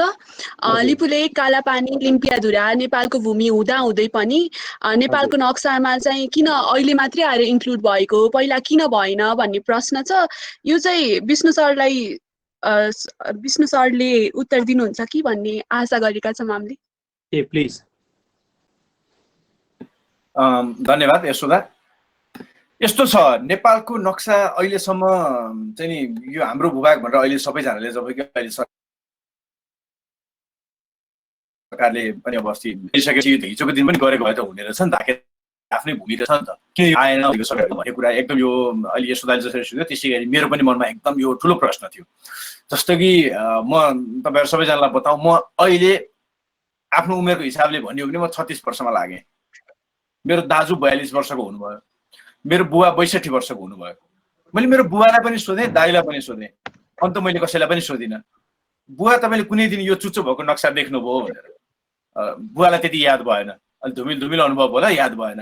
दाइले भन्नुभयो मैले त यो नक्सा अहिलेसम्म देखाएको छैन, पढे होइन भन्नुभयो, र मैले पनि पढे होइन। र यहाँ भएको हामी सबैजनाको लागि पनि यो कुरा नयाँ हो। र एउटा कुरो के हुन्छ भनेदेखि हामी जनताहरू जति नै राष्ट्रवादी छौँ, देशको लागि जे नै गर्न सक्छौँ, जस्तो नै गर्न सक्छौँ भने पनि हामीले त आजसम्म माथि आकाशमा उडेर हाम्रो नक्सा कस्तो रहेछ भनेर हेरेका छौँ र? छैनौँ नि। हामीलाई त कहीँ एउटा चाहिँ हाम्रो आधिकारिक ठाउँबाट आएको नक्सा नै हाम्रो नक्सा हो भनेर भनेको छ। जुन नक्सा अहिले हाम्रो नक्सा लाम्चो छ, त्यो नक्सालाई यदि हामीले पहिलेदेखिबाट यो त गोलो छ, नेपाल त पुरै सर्कल छ, पृथ्वी जस्तै ओभल टाइपको छ भने हामी त्यही ओभल नक्सा बनाएर त्यही नै गरेर पढ्छौँ। किनभने हामी जहाँ बसिरहेको छौँ हामीले त्यो क्षेत्र हेर्यौँ र समग्रमा हामीलाई जम्मै कुराहरू थाहा हुँदैन। र हामीलाई त्यो कुरा पढाइएन, जाल जेल गरेर पढाइएन, अथवा यसको कुन नियत थियो के थियो त्यो पछाडि यसको बहस हुँदै गर्ला, त्यो हामीले पढेनौँ, हामी सबैले कसैले पनि गरेनौँ। र त्यसपछि मेरो मनमा प्रश्न खेल्यो, यो किन यस्तो भयो होला, यो चाहिँ किन चाहिँ राखिएन त भन्ने कुराहरू आउँदा के भयो भनेदेखि पहिला सुगौलीको टाइम थियो, त्यो धेरै अगाडि थियो, त्यो बेलामा त्यो नक्सा बन्यो, त्यो बेला भएका नक्सामा सबै कुराहरू भयो। र नेपालमा एउटा समय यस्तो बनिरहेछ, नेपालको एउटा समय यस्तो बनिरहेछ कि आफैले नक्सा बनाउन नसकेर भारतलाई लो हाम्रो नक्सा बनाइदिनु भनेर त्यो नक्सा लिनुपर्ने पनि समय रहेछ। हामी त्यति प्रशासनिक रूपमा हामी त्यति कमजोर रहेछौँ। अनि त्यो नक्सा बनाउँदा अब त्यसमा दुईटा कुरा छ। एउटा त्यो नक्सा बनाएर दिँदै उसले चाहिँ लिपु लेकबाट जुन त्यो लिपु भन्ज्याङबाट बगेको खोलालाई चाहिँ महाकाली बनाएर यो मात्रै तिमीहरूको सीमा हो भनिकन त्यो नक्सा बनाएर हाम्रो त्यो चुच्चो हटाएर त्यो नक्सा इन्डियाले त्यो टाइममा प्रशासनिक नक्सा दिँदाखेरि त्यो गलत नक्सा दियो, वा अरू कुनै हिसाबले कुनै सम्झौताहरू भित्री रूपमा सम्झौताहरू भएको कारणले गर्दा त्यो नक्सालाई समावेश नगर्ने भन्ने कुराहरू केही भयो। यो दुईटा मध्ये केही भएर त्यो नक्सा यता आयो। अब नक्सा यता आइसकेपछि त यहाँको कर्मचारीहरू अथवा यहाँको त राजनीतिज्ञहरू नेताहरू त बोल्नुपर्ने हो नि त, किन बोलेनन् भन्ने कुरामा के छ भने अघि त्यही कुरा निगम सरले पनि भनिसक्नु भएको छ, मैले पनि त्यही कुरा भनिसकेको छु। एउटा कुरा के हो भनेदेखि हामीले आजको दिनसम्म पनि के भयो भनेदेखि मैले जहिले पनि भन्छु कि पोलिटिकल पार्टीका नेताहरू अहिले जो हुनुहुन्छ, नेतृत्वमा हुनुहुन्छ, उहाँहरू सबैजना भनेको मानव हो। हामीले मानव त बुझ्छौँ है, गाउँठाउँकै मान्छे हामी सबैले बुझ्छौँ, मानव हो उहाँहरू। र आवश्यकता भनेको नेपालको आवश्यकता आजको दिनमा पाथी भइसकेको छ के भनेको 8 माना हालेपछि बल्ल हाम्रो आवश्यकता पुरा हुन्छ। उहाँहरू सबैजना मानव हो, उहाँहरूबाट यो निकास निस्किन्न। तर के हुन्छ भने जेन तेन येन केन प्रकारेन भने जसरी चल्छ मात्रै के, चल्छ मात्रै। अब त त्यो चल्न पनि गाह्रो भइसक्यो, त्यतिसम्म पनि हामी नपुग्ने भइसक्यौँ। उहाँहरू सबैजना भनेको मानव हो, तर उहाँहरूलाई के थियो भनेदेखि मानव भन्ने मात्रै उहाँहरू सक्षम हुनुहुन्न भन्ने कुरा त भयो, क्लियरली थाहा भयो। उहाँहरूसँग अध्ययन कम छ, उहाँहरूसँग चाहिँ अहिलेको टेक्नोलोजीमा भिज्न सक्ने क्षमता छैन, उहाँहरू राम्रोसँग अङ्ग्रेजी बोल्न जान्नुहुन्न। यी जान्नै पर्छ, यही नै हो इन्टरनेट चलाउन जान्ने र अङ्ग्रेजी बोल्न जान्ने मान्छे मात्रै एक्सपर्ट भन्न खोजेको होइन। त्यही कुरो फेरि अमेरिकामा उल्टो हुन्छ। अमेरिकामा अङ्ग्रेजी भनेको जन्मिने मुख बोली फुट्ने बित्तिकै बच्चाले बोल्छ, त्यो उनीहरूको भाषा हो। त्यो हाम्रो भाषा नभएकाले त्यो जान्नुपर्छ भन्ने होइन। तर के हो भनेदेखि अङ्ग्रेजी नजानेपछि के हुन्छ भने अगाडि अर्को देशको नागरिक बस्यो भने त्योसँग बोल्ने आँट हुँदैन, बोल्ने साहस हुँदैन र आफ्ना कुरा मजाले राख्न सकिँदैन। यस्ता खालका कुराहरू भए र त्यसपछिबाट कस्तो भयो भने नेपालको सरकार एकदम अस्थिर रूपमा अगाडि बढ्दै गयो र उहाँहरूको चाहिँ पारीको छिमेकीको गुलामी गरिसकेपछि चाहिँ आफू त्यो पदमा पुग्न सहज हुने भयो। त्यस भएको कारणले गर्दा तै चुप मै चुपको स्थिति रहेको कारणले गर्दा यो सबै कुराहरू भएर त्यो सेलाउँदै गयो। अब केस यति ठुलो जटिल भइसकेको छ कि यति ठुलो बिग्रिसकेको छ कि हिजोको दिनमा त यो त छुटेछ नि भने हामी है त यो त छुटेछ भनेर उसले कोरेर दिन्थ्यो होला अथवा त्यसलाई तुरुन्तै एक्सेप्ट गर्थ्यो होला। तर वर्षौँ भइसकेपछि के हुन्छ भने रात रह्यो अग्राक पलायो भनेर त्यहाँ त अब अग्राक पलाइसक्यो। त्यो त अग्राक भनेको त एकदम कडा हुन्छ, त्यसलाई त त्यसमा त धमिरा पनि लाग्दैन, काट्नु पर्यो भने पनि दिन जान्छ हो। अब हामी त्यो पोजिसनमा आइपुगेका छौँ र अहिले हामीले नक्सा निकाल्दाखेरि त्यो नक्सा हामीलाई अमान्य छ भनेर वक्तव्य आयो इन्डियन मिडियामा। ती खालका क्याम्पेनहरूदेखिबाट यी सबै यावत कुराहरू भएको त्यो कारणले गर्दा हो। र यो नक्सा त्यहाँ नहुनुमा चाहिँ के छ भने दुईटा कुरा हुनसक्छ। एउटा कुरो त्यो बेलामा भारतले जान त्यो नक्सा बनाएर दिँदा प्रशासनिक त्रुटि गरेर दिएको र यताका मान्छेले अब भन्ने कि भन्ने हो भने भोलिबाट फाइदा लिनुपर्छ भनेर चुपचाप लागेको त्यो एउटा हुनसक्छ। अथवा कुनै हिडन सम्झौताहरू केही सम्झौताहरू भएर ल ठिकै छ भनेर कोही एकजना व्यक्ति चाहिँ अमुक व्यक्ति चाहिँ सत्ता शक्तिमा पुग्ने उसमा त्यो गोप्य दस्तावेज साइन गरिएको पनि हुनसक्छ। भोलि इतिहास छानबिन हुँदै जाँदाखेरि भोलिका दिनमा यो कुराहरू बाहिर आउने नै छ, किनभने अब त नक्सा आइसकेको छ र यो त एउटा टुङ्गोमा पुग्ने बेला आउने नै छ। त्यो यी सबै कुराहरू भएको कारणले गर्दा बिचमा यो चुक्यो। र त्यसपछिबाट चाहिँ 46 सालमा जब बहुदल आइसकेपछि शक्तिशाली सरकारहरू पनि बने, तिनले पनि सायद हिम्मत गर्थे होलान्। तर यहाँ कस्तो भयो भनेदेखि मदन भण्डारी हत्याकाण्ड, राजदरबार हत्याकाण्ड लगायत यस्ता खालका जटिल परिस्थितिहरू चाहिँ यो देशमा सृजना भएका छन्। यी चाहिँ नि यिनीले अलिकति बढी केही गर्न थाल्ने नेताहरूले भन्छ ल्याउनको लागि अथवा केही गर्नको लागि तिनलाई साइजमा ल्याउनलाई यस्ता खालका घटनाहरू नेपालमा भइरहेका छन् कि त्यो भएको कारणले गर्दा सायद यी नेताहरूले त्यो हिम्मत गर्न नसकेको कारणले गर्दा आजसम्म त्यसमा नआएको हुनसक्छ। अब हामी सबैले पनि यो नदेखेको त्यो भएको कारणले गर्दा हो। खैर जे नै भएर ढिलै भए पनि यो आइसकेको छ। अब हाम्रो एउटै दायित्व भनेको के हो भनेदेखि हाम्रा सबै अफिसियल एम्ब्लेमतिर हामीले पढाउने पाठ्य पुस्तकतिरदेखिबाट सबैतिर अब सबैभन्दा ठुलो च्यालेन्ज अर्को युथहरूको नेसनल इस्युमै छ। मैले एउटा जोडिहालेँ। अर्को एउटा च्यालेन्ज हाम्रो के छ भनेदेखि हामीले यो सबै अहिलेको अब आधिकारिक नक्सा जब संविधान संशोधन हुन्छ हुने बित्तिकै हामीले यो गुगललाई रिपोर्ट गर्नुपर्छ। यो नक्सा गुगललाई रिपोर्ट गर्नुपर्छ, किनभने आज गुगलमा म्याप अफ नेपाल भनेर हाल्यो भने आजको म्याप आउँछ, भोलिको दिनमा हामीले यो लिम्पिया धुरासम्मको म्यापलाई गुगल म्यापमा पनि राख्नुपर्छ। त्यो भएको कारणले गर्दा म्याप अफ नेपाल भने हामीले गुगललाई रिपोर्ट गर्नुपर्छ। अब मास मेल गर्नुपर्छ। हामी जति पनि युथहरू छौँ हामी सबैले 2-4वटा आइडी बनाएर भए पनि गर्नुपर्छ, अथवा एउटाले एउटा आइडी मात्रै बनाएर भए पनि यो मास इमेल गरिकन हामीले त्यहाँ गुगलमा पनि यो कुरालाई दर्ता गराउनुपर्छ। र विकिपीडियादेखिबाट धेरै कुराहरू छन् यहाँ। यो जित होइन, यो नक्सा आउनु भनेको जित होइन, भूमि आउनु पनि जित होइन। किनभनेदेखि आज सगरमाथा नेपालमा पर्छ भन्ने कुरालाई हामीले प्रमाण दिनु परेको छ। हिजोको दिनमा बुद्ध नेपालमा जन्मेको भएर हामी भन्दै हिँड्नु परेको छ। कति ठाउँमा चिच्याउँदै हिँड्ने, म युरोप पुगेँ, अमेरिका पुगेँ, म बुद्ध त नेपालमा जन्मेको हो इन्डियामा होइन भनेर स्पष्टीकरण दिँदै हिँड्नुपर्ने इतिहासको पनि त्यस्तो अवस्था छ। त्यो भएको कारणले गर्दा अब हामीले गर्ने भनेको के भने यी खालका दस्तावेजहरूमा ग्लोबल फोरमको दस्तावेजहरूमा सबै ठाउँमा नेपाल भनेको यो हो र नेपालको एक्ज्याक्टली कुरा यो कुरा हो, हाम्रो हो भन्ने कुरा हामीलाई चाहिन्छ। जुन हाम्रो हो हामीले त्यो एक रत्ती एउटा केही पनि छोड्नु हुँदैन। जबकि हामी भन्छौँ नि जो मेरो हो नि त्यो मेरोमा एक दाना पनि कसैलाई छोड्दिनँ, जो मेरो होइन नि त्यो अर्बौँ खर्बौँको हो भने पनि मलाई चाहिँदैन भन्ने भावनाका साथ हामी अगाडि बढ्नुपर्छ। र हामीले त्यहाँसम्मको एउटा च्यालेन्ज गरेर त्यहाँसम्म हामी जानुपर्ने कुरा छ। यो साथीहरूलाई त्योसम्मको लागि तयारी हुन चाहिँ मैले अनुरोध गर्न चाहन्छु। धन्यवाद। सर अर्को एउटा प्रश्न पनि छ यहाँ। सन्देश भुसालजीले सोध्नु भएको छ, यहाँ प्राय जसो स्वास्थ्यका विद्यार्थीहरू छन्, अहिलेको अवस्थामा कसैले कोभिड-19सँग युद्ध गर्ने बेला हो भन्न सक्छन् त कसैले सीमा विवाद सुल्झाउनु पर्छ भन्नान्। हुन त दुईटै कुरा महत्त्वपूर्ण छ। तपाईँलाई के लाग्छ, के नेपालले यो दुईटै विषयलाई सम्बोधन गर्न सक्ला त एकैपटक? यस्तो अवस्थामा माइती घर तताउनु ठिक होला? धन्यवाद। यो कसले सोध्नु भएको, के नाम उहाँको? यो सन्देश भुसाल जीले सोध्नु भएको। सन्देशजी, अब यसमा चाहिँ नि हामीले कसरी बुझ्नु पर्यो भने यो दुईटा कुरालाई सँगसँगै लिएर जानुपर्छ। किनभने सबैभन्दा ठुलो भने धरती माता हो, नेपालभन्दा ठुलो, देशभन्दा ठुलो, देशको माटोभन्दा ठुलो अरू केही पनि चिज हुनै सक्दैन, कहिले पनि हुन सक्दैन त्यो। र तर के बुझ्नु पर्यो भने सीमा विवाद सुल्झाउनलाई अहिले 3 करोड मान्छे सडकमा आउनुपर्ने, माइती घरमा आन्दोलन गर्नुपर्ने जरुरी छैन। तर हामीले दबाब दिएनौँ भने सरकार चुप्लाएर बस्छ नि त, दलालै दलाल छन् नि त हाम्रो नेतृत्वमा। त्यो भएको कारणले विभिन्न माध्यमबाट हामीले सरकारलाई दबाब दिइरहनु पर्ने आवश्यकता छ। तर यसको साथसाथमा खास गरी के कुरा हुन आउँछ भने यदि सरकार जिम्मेवार हुने हो भने सरकारले निर्णय त गरिसक्यो, अब सबै आफ्ना प्रमाण बोकेर अन्तर्राष्ट्रिय दस्तावेज चाहिँ बोकेर परराष्ट्र मन्त्रीलाई भारत पठाएर कुरा गरे, यहाँबाट प्रधानमन्त्रीले टेलिफोनमा कुरा गरे त सिद्धिको नि, लामो कुरै छैन नि। 5 जनाको टोली भारत पठाइदिए पुग्छ के? 5 जना मान्छे त त्यसको लागि हामी कोभिडको जतिसुकै जेसुकै भयो नि खटाउन सक्छौँ नि त है। त्यो भएको कारणले अब यसलाई हामीले विभिन्न फोरमहरूद्वारा दबावको कुरा पनि हामीले जारी राख्नुपर्छ। तर यसको समाधान भनेको चाहिँ कूटनीतिक माध्यमद्वारा यसको समाधान हो। र जहाँसम्म यो अब कोभिड-19 को विषयको कुरा छ, यो कोभिड-19 को चाहिँ झन्झन प्रकोप बढ्दो छ, एकदम दुःखद कुरा छ। अब किनभने एकातिर सयौं मान्छे लाखौं मान्छेको चाहिँ कसैको परीक्षणै भएको छैन, थोरै संख्यामा मात्रै परीक्षण भएको छ र परीक्षण भएकोहरूलाई देखिने न हो।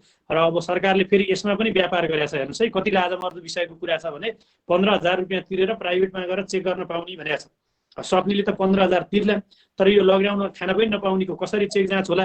अब बिहान मैले चाहिँ सरकारको एकजना जिम्मेवार मन्त्रीको अन्तर्वार्ता सुनेको थिएँ।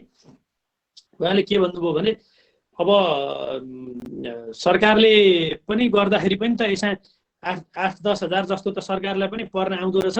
अब निजी क्षेत्रले गर्दा स्वाभाविक रूपमा 15,000 त लिने नै भयो नि भन्नुभयो। उहाँले भनेको 8 र 15 मा कति फरक छ नि त?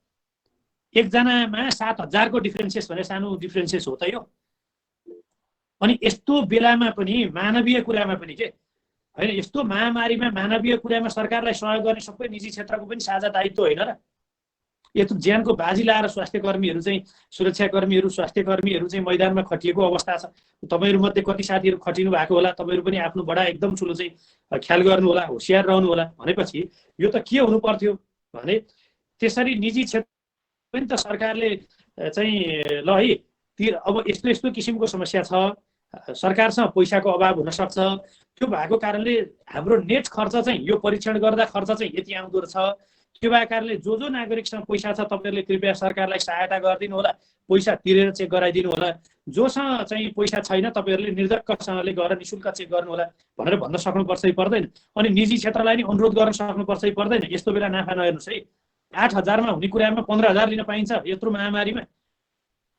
त्यो भएको कारणले गर्दाखेरि चाहिँ अब संसारका मयौं भन्ने देशहरू त ल हेर्नुस् त, त्यो स्पेनमा, इटलीमा, अमेरिकामा उनीहरूले नियन्त्रण गर्न सकेका छैनन्, कन्ट्रोल गर्न सकेका छैनन्, त्यहाँ आइसियु पुगेका छैन, मान्छे कति बेहाल छ भनेपछि हामीसँग त के रहेछ र? के गरे रहेछौँ अहिलेसम्म हामीले? ल हेर्नुस् त, यहाँ हामी कहाँ ल साँच्चीकै तपाईलाई भन्नुपर्दाखेरि भोलि धेर त नबनाऊ 1000 जना मान्छे सिरियस भइदिने हो भने, जम्मा 1000 मान्छे सिरियस भइदिने हो भने यहाँ भागाभाग हुन्छ, आक्रान्त हुन्छ, त्यो किसिमको परिस्थितिको सिर्जना हुन्छ। भनेपछि 1000 जना नागरिकलाई अप्ठ्यारो पर्दा पनि जोगाउन सक्ने किसिमको अथवा संरक्षण दिन तिनको टेक केयर गर्न सक्ने किसिमको चाहिँ हामीले चाहिँ पूर्वाधारहरू तयार गरेर रहन्छौँ भनेपछि देश कहाँ रहेछ त? हामी कहाँ रहेछौँ अहिले? त्यसैले यो चाहिँ सामूहिक कुरामा हामी लाग्नु पर्यो, देशको रक्षाको सन्दर्भमा पनि चाहिँ केन्द्रित भएर हामी लाग्नु पर्यो। साथसाथै अब यो महामारीकोमा त सबैजना मिलेरै लड्नु पर्यो, सबै सुरक्षित रहनु नै पर्यो। धेरै धेरै धन्यवाद। हजुर सर, अब चाहिँ अलिकति छोटो उत्तर सन्देशको उसमा मैले अलिकति जोड्न चाहे यसमा। अब यहाँ स्वास्थ्यमा को विद्यार्थी छौँ हामी भनेर पनि जोडेको कारणले गर्दा हामी के को विद्यार्थी र हामी के गर्छौँ भन्ने कुराहरू त्यति धेरै कन्सियस, त्यति धेरै त्यसमै मात्रै डाइभर्ट हुनुपर्छ भन्ने छैन। किनभने हामी एक्सपर्ट होइनौँ, हामी चाहिँ एकदम त्यो चाहिँ त्यसमै स्पेसिफिक भएर लाग्नेवाला पनि छैनौँ। एउटा कुरा के छ भने अहिले कोभिड-19 भनेको चाहिँ के छ भनेदेखि अब योसँग लड्ने फेज सक्यो, अब कोभिड-19 सँग लड्ने फेज सक्यो, अब हामीले लडेर यसलाई जित्न सक्दैनौँ किनभने विश्वका शक्ति राष्ट्रहरू पनि त्यसमा पराजित भइसकेका छन् र लास्टमाथि लास्टको चाङ लागिसकेको छ। अबको बुद्धिमानी भनेको के हो भने यो सँगसँगै चल्ने र योसँग बच्ने हो, बचेर सँगसँगै चल्ने हो। त्यो सबै कुराले हामी अगाडि बढ्नुपर्छ। एउटा त्यो भयो भने अहिलेको सीमा विभागलाई पनि लड्नुपर्छ। र प्रश्न थियो दुईटै कुरालाई हामी एकैचोटि अगाडि लान सक्छौँ र अथवा यो के अरू पनि इस्युहरू आउँछ तिनीलाई सँगै लान सकिन्छ र भन्ने कुरा, त्यसमा मैले सानो एउटा कुरा जोड्न चाहेको, तपाईँहरू सबैजना विद्यार्थी हुनुहुन्छ, तपाईँले बुझ्नुहुन्छ। एसएलसीमा 8 वटा विषयको इक्जाम दिनुपर्छ, त्यसमा म्याथमा पनि पास हुनुपर्छ, नेपालीमा पनि पास हुनुपर्छ, साइन्समा पनि पास हुनुपर्छ, हरेक विषयमा पास हुनुपर्छ, अनि मात्र साँच्चै पास भइन्छ। त्यो भएको कारणले गर्दा यदि हामी साँच्चै सफल हुने हो र नेपाललाई एउटा सशक्त समृद्ध मुलुक बनाउने हो भने हामीले कोभिडसँग लड्न पनि सक्नै पर्छ, सीमासँग लड्न पनि सक्नै पर्छ, अरू कुनै इस्यु आयो भने त्यसलाई पनि लड्न सक्नुपर्छ र सबैलाई ब्यालेन्स गरेर हामी अगाडि बढ्नुपर्छ। सबैजनालाई हामीले बराबर तवरले अगाडि बढाउनुपर्छ र त्यसको लागि के हुन्छ भने लड्ने भनेको के हो भने कोभिड-19सँग लड्न कति सजिलो छ। घरभित्र बस्दिनुहोस्, तपाईँ कोभिड-19सँग लडिरहनु भएको छ। अहिले सीमाको विवादको लागि लड्नुपर्ने कुरा छ, त्यसको लागि फेसबुकमा नकारात्मक नबोल्नुहोस्, सकारात्मक कुरा बोल्नुहोस्, राम्रो गर्नुभयो धन्यवाद, अझै राम्रो गर्नुहोस्, यो चाहिँ नगरिकन नछोड्नुहोस् है भनेर मात्रै प्रेसर दिनुहोस्। तपाईँ लडिरहनु भएको छ भनेपछि अब शक्ति सञ्चय गरेर राख्नुहोस् न। साँच्चै खुकुरी लिएर तरबार लिएर अझ केही गर्नुपर्ने भएछ भने माइती घरमा जानुपर्ने के गर्नुपर्ने भएछ त्यसको लागि शक्ति सञ्चय गरेर राख्नुहोस्। अहिले त्यो अवस्था आइसकेको छैन, त्यो गर्न जरुरी छैन। किनभनेदेखि कोभिड-19को महामारी छ, तपाईँहरू माइती घरमा 200 जनाले भिड लगाउनु भयो भने त तपाईँ त सीमासँग पनि लड्नु भएन, किनभने माइती घरमा लडेर सीमा फर्किनेवाला छैन। तपाईँ त कोभिडसँग पनि लड्नु भएन, त्यसले झन् संक्रमण बढ्ने भयो भनेपछि हामी बौद्धिक जमात हौ, हामी बौद्धिक जमातले बौद्धिक रूपमा सोच्नुपर्छ।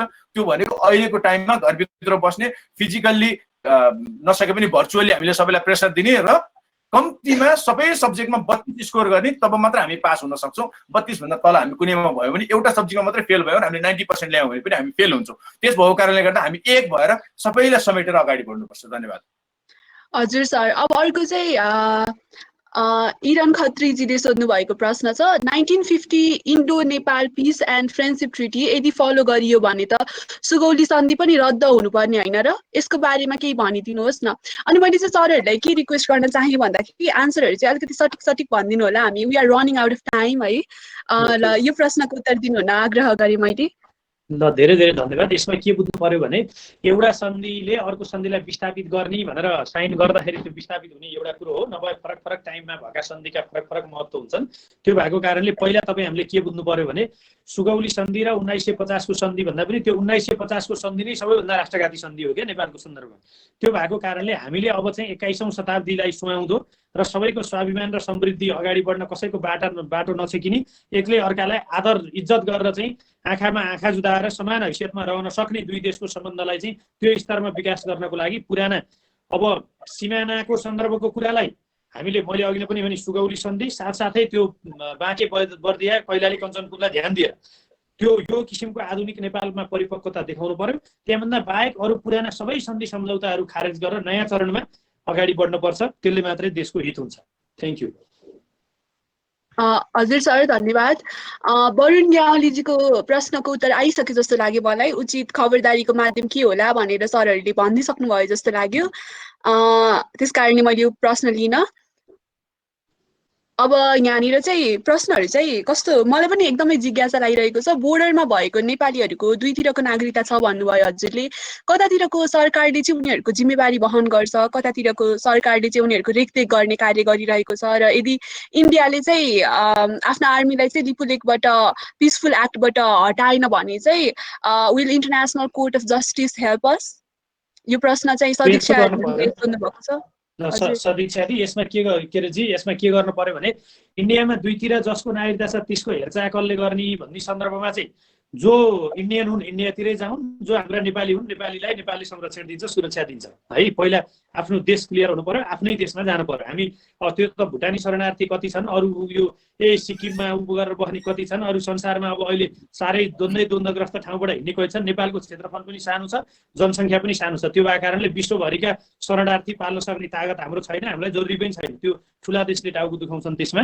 त्यो भएको कारणले हामी इन्डियनलाई नेपाली नागरिकता दिएर नेपालमा राख्न पाल्न हामी सक्दैनौँ, हाम्रो राष्ट्रियताको लागि पनि। किनभने हाम्रो उनीहरूको जनसङ्ख्या छ 1 अर्ब 35 करोड, हाम्रो जनसङ्ख्या छ 3 करोड हो। 3 करोड मध्ये हाम्रा 40% हाम्रा बालबालिकाको सङ्ख्या छ। अनि हामी 1.5-2 करोड मतदाता छौँ, अनि त्यहाँको 35 करोडको अलिकति मात्रै, ती युपीको पपुलेसन 22 करोड प्लस छ होइन। अनि हामी त त्यहाँको 2-4 करोड मान्छे, हामी कहाँ 1 करोड मान्छे मात्रै आयो भने त हाम्रो देश कब्जा गरिहाल्यो नि। त्यो भएको कारणले गर्दा चाहिँ हामी त्यसको समाधान चाहिँ त्यसै गरी गर्ने हो। इन्डियनलाई आफ्नो पठाइदियो खारेज गरिदिने। अरे कोही व्यापार गर्छ व्यवसाय गर्छ भने करतिर राज्यलाई वर्क पर्मिट लिएर बस, वर्क पर्मिट लगाइदिने हो होइन। तर नागरिकता दिएर देशको स्थायी नागरिक बनाएर राख्न चाहिँ सकिँदैन, पहिलो नम्बर। अनि दोस्रो नम्बरको चाहिँ यसको साथसाथमा अब हेर्नुहोस्, यो अन्तर्राष्ट्रिय अदालत भनेको पनि अब अन्तर्राष्ट्रिय अदालतमा लएर मुद्दा हाल्यो, मुद्दा पेन्डिङ राखेर वर्षौँ हल्लाइदियो, अथवा न्याय दिने नदिने भन्ने त्यो बहसको अर्को पाटो नै अर्को तनावको कुरा हुन्छ। त्यो भएको कारणले केही सिप लागेन भने अन्तिममा न्यायको लागि त हामीले लड्नुपर्छ। न्याय पाइन्छ, यो अरू सेक्टरको कुरा नगरौँ, कालापानी लिपुलेख र लिम्पियाधुरामा न्याय पाइन्छ। किनभने भारतको त त्यो जमिन उनीहरूको हो भन्ने एउटा प्रमाण पनि छैन क्या, एउटा प्रमाण पनि। उनीहरूको एउटै प्रमाण भनेको के हो भने त्यहाँ लिएर आएर त्यही चेकपोस्ट राखे भन्ने मात्रै प्रमाण हो। त्यसो भन्ने हो भने त अहिले दुबईमा, कतारमा, मलेसियामा, साउदीमा त्यो खाडी मुलुकहरूमा चाहिँ जुन तेल निकालिन्छ नि, त्यो अमेरिका लान अथवा अरू देशमा तेल निकालेर लानको लागि विभिन्न कारणले त्यहाँ अमेरिकी सेनाहरू आएर बसेको छ। अब के अमेरिकी सेना आएर त्यहाँनिर बसो भन्दैमा त्यो दुबई, कतार, मलेसिया, साउदी अमेरिकनको भयो त? त्यसरी पाइन्छ? भोलि उसले उठेर जा भनेदेखि उसले उठेर जानुपर्छ। त्यस्तै हो यहाँको पनि। त्यो भएको कारणले उनीहरू हिजो आए, उनीहरूलाई हामीले शरण दिएको थियो पनि। भारतले त्यहाँबाट मलाई धेरै थ्रेड छ, चुप लाग्दियो भनेको कारणले ल भइगयो दुई देशको अब के उनीहरू मिलाउन्, अब ठिक छ भनेर नेपालले चुप लाएर सहयोग गरे। इन्डियनले त त्यो आफ्नो दाबी गर्ने होइन कि हामीलाई त्यति बेला सहयोग गरेमा धन्यवाद दिएर छोड्नुपर्छ। त्यो भएको कारणले त्यसमा चाहिँ इन्डियाको कुनै पनि प्रमाण पुग्दैन, त्यो हाम्रै हुन्छ। खालि हाम्रो नेतृत्व, हाम्रो सरकारले एड गर्नु पर्यो। धेरै धेरै धन्यवाद। यसमा मैले एड गर्न चाहेँ जुन लिपुलेखबाट चाहिँ नि भारतीय सेना हट्छ र भन्ने एउटा जुन डाउटको क्वेसन छ, सबैभन्दा पहिलो कुरा हामीले के गर्नुपर्छ भने लिम्पिया धुराबाट बगेको काली नदी नै नेपालको सिमाना हो भन्ने कुरा हामीसँग यथेष्ट प्रमाण छन्। ती प्रमाण लगेर वार्ता गरेर यो कुरा टुङ्गाउनुपर्छ। यदि त्यति सबै गरिसकेपछि कुनै पनि व्यक्ति अनाधिकृत रूपमा कुनै पनि मुलुकमा बस्छ भने त्यसलाई डिपोर्ट गर्ने सम्मको अधिकार कुनै पनि राष्ट्रलाई हुन्छ। त्यो भएको कारणले गर्दा त्यहाँ शान्तिपूर्वक र अशान्तिपूर्वक भन्ने कुरै आउँदैन। त्यो त्यहाँ उनीहरू अगाडि बढ्नै पर्छ। र रहेको कुरा इन्टरनेसनल कोर्टले यसलाई सपोर्ट गर्छ भन्ने, इन्टरनेसनल कोर्ट अफ जस्टिस भनेको र संयुक्त राष्ट्र सङ्घ भनेको यस्तै खालका आपद विपद पर्दाखेरि सबैको लागि बोलिदिने एउटा अभिभावकत्व ग्रहण गर्न सक्ने संस्थाहरू हुन्। तर म अहिले पनि सबै साथीहरूलाई एउटा कुरा अझै पनि के हाइलाइट गर्न चाहन्छु भनेदेखि हामी इन्टरनेसनल कोर्ट, संयुक्त राष्ट्र सङ्घ कहीँ पनि जानै पर्दैन, किनभने यसको यथेष्ट प्रमाण हाम्रापट्टि मात्रै छन्। र जब हामीले त्यो खोला हाम्रो हो र यो भूमि हाम्रो हो भनेर प्रमाणित गर्छौँ, त्यसप्रतिबाट शान्तिपूर्वक हटेनन् भनेदेखि मजाले डिपोर्ट गर्न सक्ने हाम्रो अध्यागमन कानुन नै छ। धन्यवाद। हजुर सर, धन्यवाद। अब अर्को प्रश्न चाहिँ विपिन कुमार मेहताले सोध्नु भएको छ। यो पोलिटिकल म्याप अफ नेपाल हो कि एमसिसी ल्याउनलाई हामीलाई झुकाउनको लागि हो भनेर सोध्नु भएको छ। त्यति बेला थाहा हुन्छ जब नेपाल आर्मी त्यहाँ क्याम्प बिल्ड गर्छन्। अब यो क्वेसन मैले पनि खासै बुझिनँ, तर एमसिसीलाई अलिकति छुपाउनको लागि, त्यस्तो गर्नको लागि हामीलाई गरिएको हो कि भनेर सोध्नुभयो। हजुरहरूको यसमा राय के छ? त्यो हुनसक्छ, उहाँको कुरामा मेरो चाहिँ सहमति छ। एमसिसीमा धेरै चाहिँ यो हेर्दा सहयोगको बाहनामा, तर त्यहाँ हिजन कारण धेरै छ। त्यो चाहिँ एउटा सैन्य रणनीति, अमेरिकाको चाहिँ नि सैन्य रणनीति अन्तर्गतको त्यो कार्यक्रम भएको कारणले त्यसको धेरै नै विरोध पनि भयो नेपालमा। त्यो भएर म्यापको उलेर पार्लियामेन्ट बसेको बेलामा यही उसमा त्यो चाहिँ नि घुमाउरो बाटोबाट त्यो पारित गर्ने खेल चाहिँ नि हुनसक्छ। त्यो आशंका चाहिँ मलाई पनि छ। मैले अलिकति यसमा भन्न चाहे कुनै पनि कुराको कुनै पनि कुरामा खेल हुनसक्छ। कतैपट्टि मान्छेले अब कतै यता टार्गेट गरेर अर्कोपट्टि हानेको हुनसक्छ। जो जस्तै कि अहिलेको एमसिसीको त्यो पनि एउटा आउन सक्छ, त्यो खालको प्रावधान, त्यो सबै कुराहरू हुनसक्छ। मैले चाहिँ युवा साथीहरूलाई के आह्वान गर्न चाहेँ भनेदेखि युथको भूमिका के हो भन्ने कुरामा यहाँ चाहिँ हामी कन्सर्न गरिरहेको छौँ। त्यसमा चाहिँ के गर्न चाहेँ भनेदेखि हामीले एकैचोटि दुई-तीन आँखा लाउनुपर्छ। हामीसँग नजर लाउन हामी पर्याप्त छौँ। एमसिसी पारित गर्ने खालको हो भने त्यसलाई कुन हिसाबले विरोध गर्ने अथवा त्यसको के छ कसो छ त्यतातिर जाने त्यो कुराहरू गर्दै खबरदारी गर्दै गर्नुपर्छ भनेदेखि यो म्याप चाहिँ ल्याएर एमसिसी मात्रै पास गराउने चक्करमा गयो भने भोलि फेरि एमसिसीको कुरा निकालेर म्यापको कुरा ओझेलमा पर्न सक्छ। त्यो भएको कारणले गर्दा हामीले उठिसकेका मुद्दालाई सेलाउन दिनुहुन्न, उठिसकेको मुद्दालाई टुङ्गामा पुर्याउनुपर्छ। त्यो भएको कारणले गर्दा तपाईँहरू एकदम सचेत भएर एकदम आँखा मजाले खुला राखेर चाहिँ बस्नु होला। यसमा हामीले खबरदारी गर्न, लडाइँ लड्नु, जे पनि गर्नुपर्ने हुनसक्छ। धन्यवाद। हजुर सर, धन्यवाद। यहाँ चाहिँ अर्को एउटा प्रश्न गर्नुभएको थियो।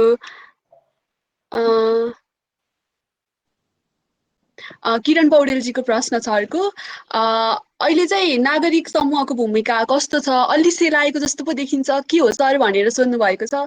सरले यस विषयमा प्रश्न पारिदिनु पर्यो। धेरै धेरै धन्यवाद किरण। यो सेलाइएको छैन है, यो एकदम अभियानहरू सबै निरन्तर जारी छ। तर अघि नै भने जस्तो के भने अब सधैँ सबै कुरालाई विरोधको लागि विरोध मात्रै गर्न हुँदैन। तीमाथि हामी एउटा युवा पुस्ता भएको कारणले अलिकति बौद्धिक रूपमा, अलिकति रचनात्मक रूपमा हामीहरू अगाडि बढ्नुपर्ने पनि अवस्था छ। खास अझ जति हामी गरिरहेका छौँ, जति हामी बोलिरहेका छौँ, त्यति धेरै तितो पनि बोल्नु नपरोस् जस्तो लाग्छ कि मनमा। तर त्यति नबोली सुन्दैनन्। त्यो भएको कारणले तितो बोल्नुपर्ने बाध्यता पनि छ। र यो नागरिक समूह भनेको, यो सिभिल सोसाइटी अर्गनाइजेसन्सहरू भनेको चाहिँ यो हामी केही व्यक्तिमा मात्रै सीमित हुँदैन। त्यो सिभिल सोसाइटी अर्गनाइजेसन भने तपाईँ हामी सबैजना हो। त्यस कारणले चाहिँ म के अनुरोध गर्न चाहन्छु भने अरू थप मुद्दाहरूमा पनि तपाईँ हामी सबैजना मिलेर चाहिँ सहकार्य गरौँ। राष्ट्रियताको पक्षमा, राष्ट्रिय समृद्धिको पक्षमा होइन, सारा कुराहरूमा अन्याय र अत्याचारको विरुद्धमा चाहिँ एक भएर अगाडि बढौँ भन्ने म आग्रह गर्न चाहन्छु। धन्यवाद। सर, धन्यवाद। अब हाम्रो प्रश्नहरू चाहिँ लगभग सिद्धिसकेको छ।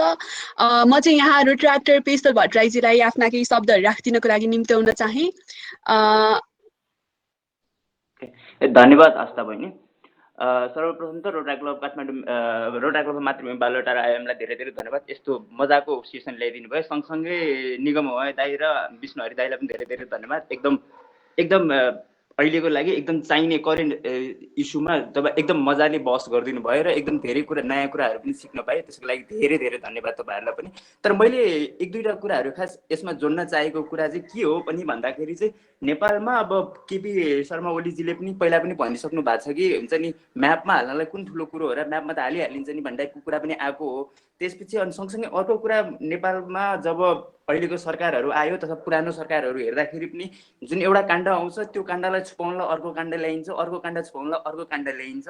सो हुन्छ नि अनि हामी युवाहरू चाहिँ एउटा काण्डको पछि पछि दौडेर हुन्छौँ, त्यस ठ्याक्क अर्को काण्ड आइदिन्छ, हामी सबै यो डाइभर्ट भइदिन्छौँ, फेरि अर्को काण्डको पछि दौडिन्छौँ।